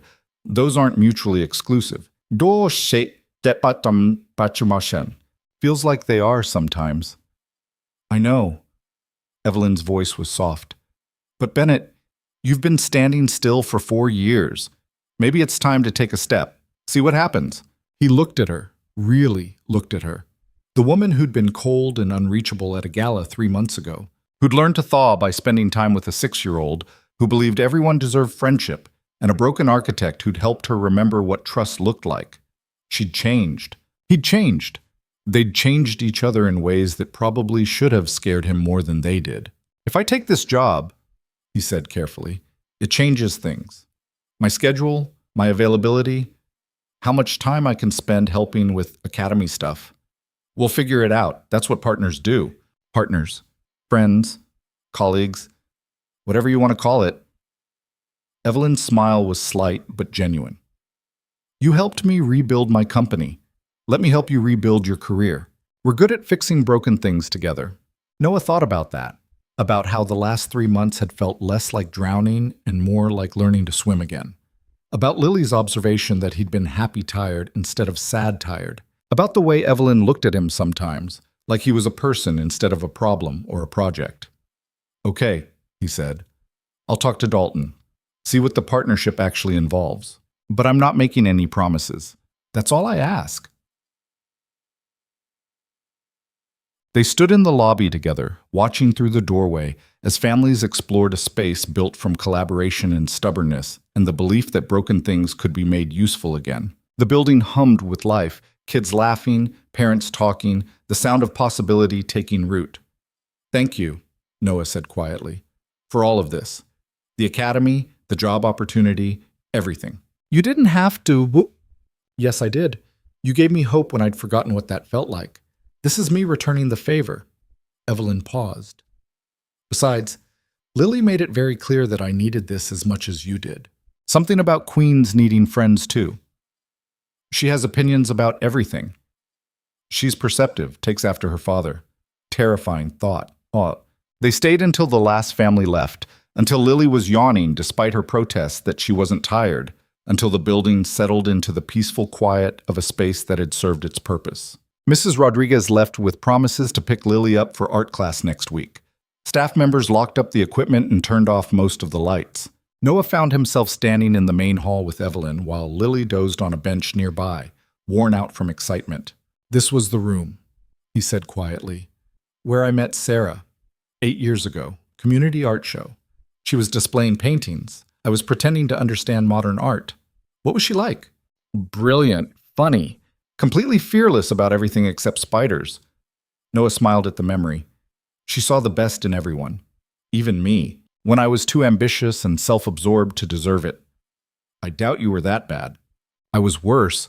Thought making partner was the only thing that mattered, that success was measured in salary and title and how fast you climbed. He looked around the restored space. She tried to tell me there was more to life. I didn't listen until it was too late. Evelyn was quiet for a moment. Do you think she'd be proud of this? The academy? Yeah, she would. Noah felt certainty settle in. She always said buildings should serve people, not the other way around. This is exactly what she meant. Then you built the right thing. We built the right thing. I couldn't have done this without your money and your stubbornness. My stubbornness is legendary. But Evelyn was smiling. Bennett, can I ask you something personal? Sure. When you think about the future now, not tomorrow or next week, but actual future, what do you see? Noah considered the question seriously. 3 months ago, he would have said more of the same. Survival, exhaustion, Lily growing up while he aged into irrelevance. But now, I see Lily taking art classes here and getting paint everywhere. I see designing buildings that actually matter instead of just look impressive. I see remembering how to be someone beyond just her dad. He paused. I see you coming over for dinner and teaching Lily terrible business habits while I cook spaghettis. Terrible business habits? She asked if she should start a lemonade stand. You told her to incorporate and pursue venture capital funding. That's excellent advice for any entrepreneur. She's 6. Never too early to learn about capital structure. Evelyn's eyes were dancing. But seriously, you see me in your future? Yeah, I do. Is that weird? No, it's nice. She moved closer. I see you in mine too. You and Lily both. It's strange. I spent years convinced that personal connections were weaknesses, that caring about people just gave them power to hurt you. But then I met a single father who'd lost everything and somehow didn't become bitter or closed off, who just kept showing up and being decent even when it would have been easier not to. I'm not that noble. I just didn't have better options. You had plenty of options. You chose the hard ones because they were right. Evelyn reached out, hesitating, then took his hand. I'm not good at this. Feelings and friendship and trusting people, but I want to learn. With you. If you're willing to be patient with someone who spent 30 years practicing being alone. Noah looked down at their joined hands, his scarred from years of maintenance work, hers soft but strong. I'm not exactly an expert at moving forward either, but maybe we figure it out together. Together sounds good. They stood like that for a while, hands linked, watching Lily sleep with her cardboard crown still crooked on her head. Eventually, Noah scooped up his daughter and they walked out together, Evelyn setting the security system while Noah carried Lily to the car.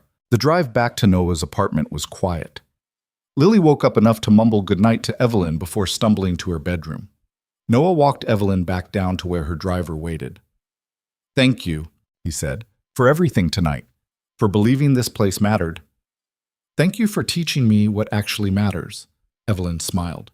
Call Dalton tomorrow. At least hear what the partnership involves. Promise me. I promise. Good. She started toward the car, then turned back. Bennett? Your daughter asked if I wanted to have dinner with you both next week. I told her I'd check with you first. She ambushed you? Thoroughly. Something about wanting to show me her rock collection and teach me how to make grilled cheese. Evelyn's expression was uncertain in a way he'd never seen. Is that okay? Or is it too much too fast? Noah thought about Lily's insistence that everyone needed friends.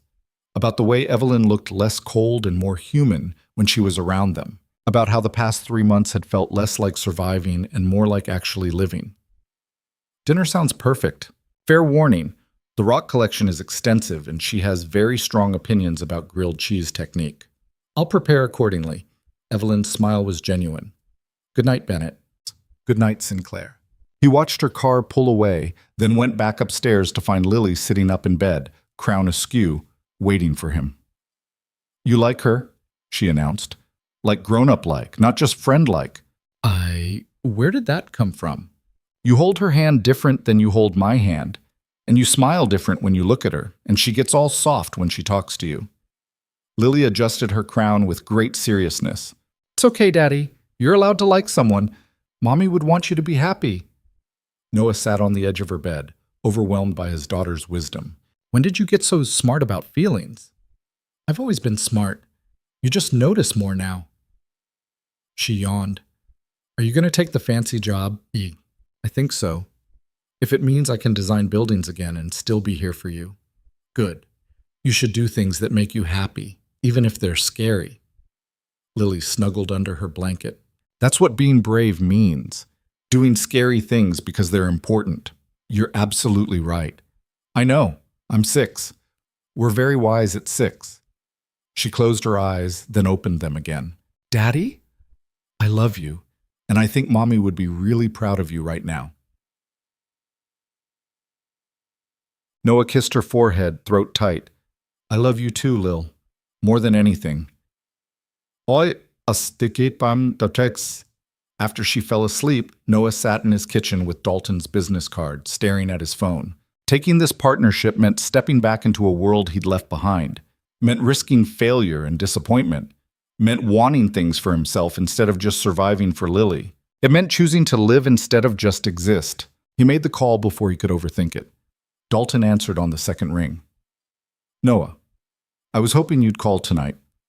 I want to hear more about the partnership, the details, the expectations, everything. Noah took a breath. And I want to be clear.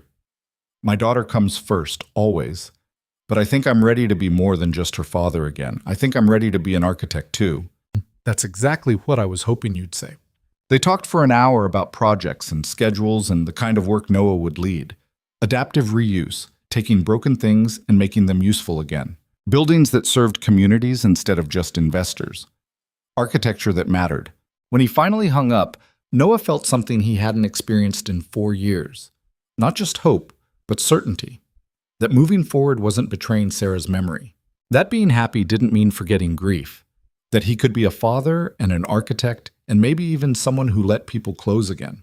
That night, Noah dreamed about buildings rising from rubble, about structures that had been abandoned finding new purpose, about foundations that held steady even when everything above them changed. He woke to Lily jumping on his bed, announcing that Miss Evelyn had texted asking about dinner plans, and could they please make the fancy spaghetti with actual meatballs this time. She wants to have dinner with us again? Noah checked his phone. Sure enough, a text from Evelyn asking if Tuesday worked. She likes our family, Lily said matter-of-factly, and we like her, so we should have dinner together.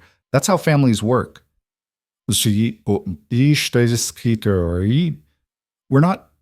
Noah stopped, looked at his daughter, at the certainty in her expression that some truths were too obvious to argue with.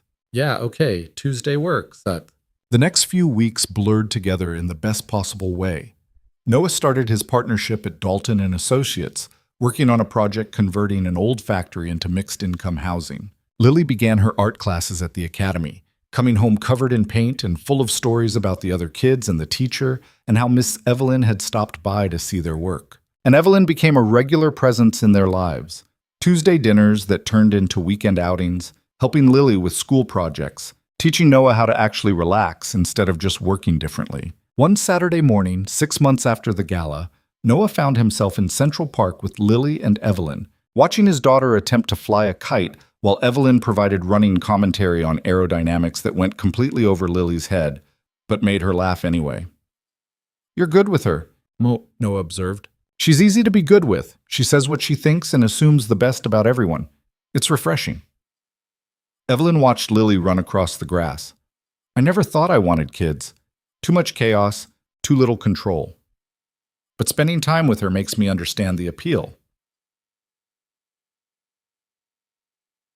The appeal being complete exhaustion and constant worry, sat.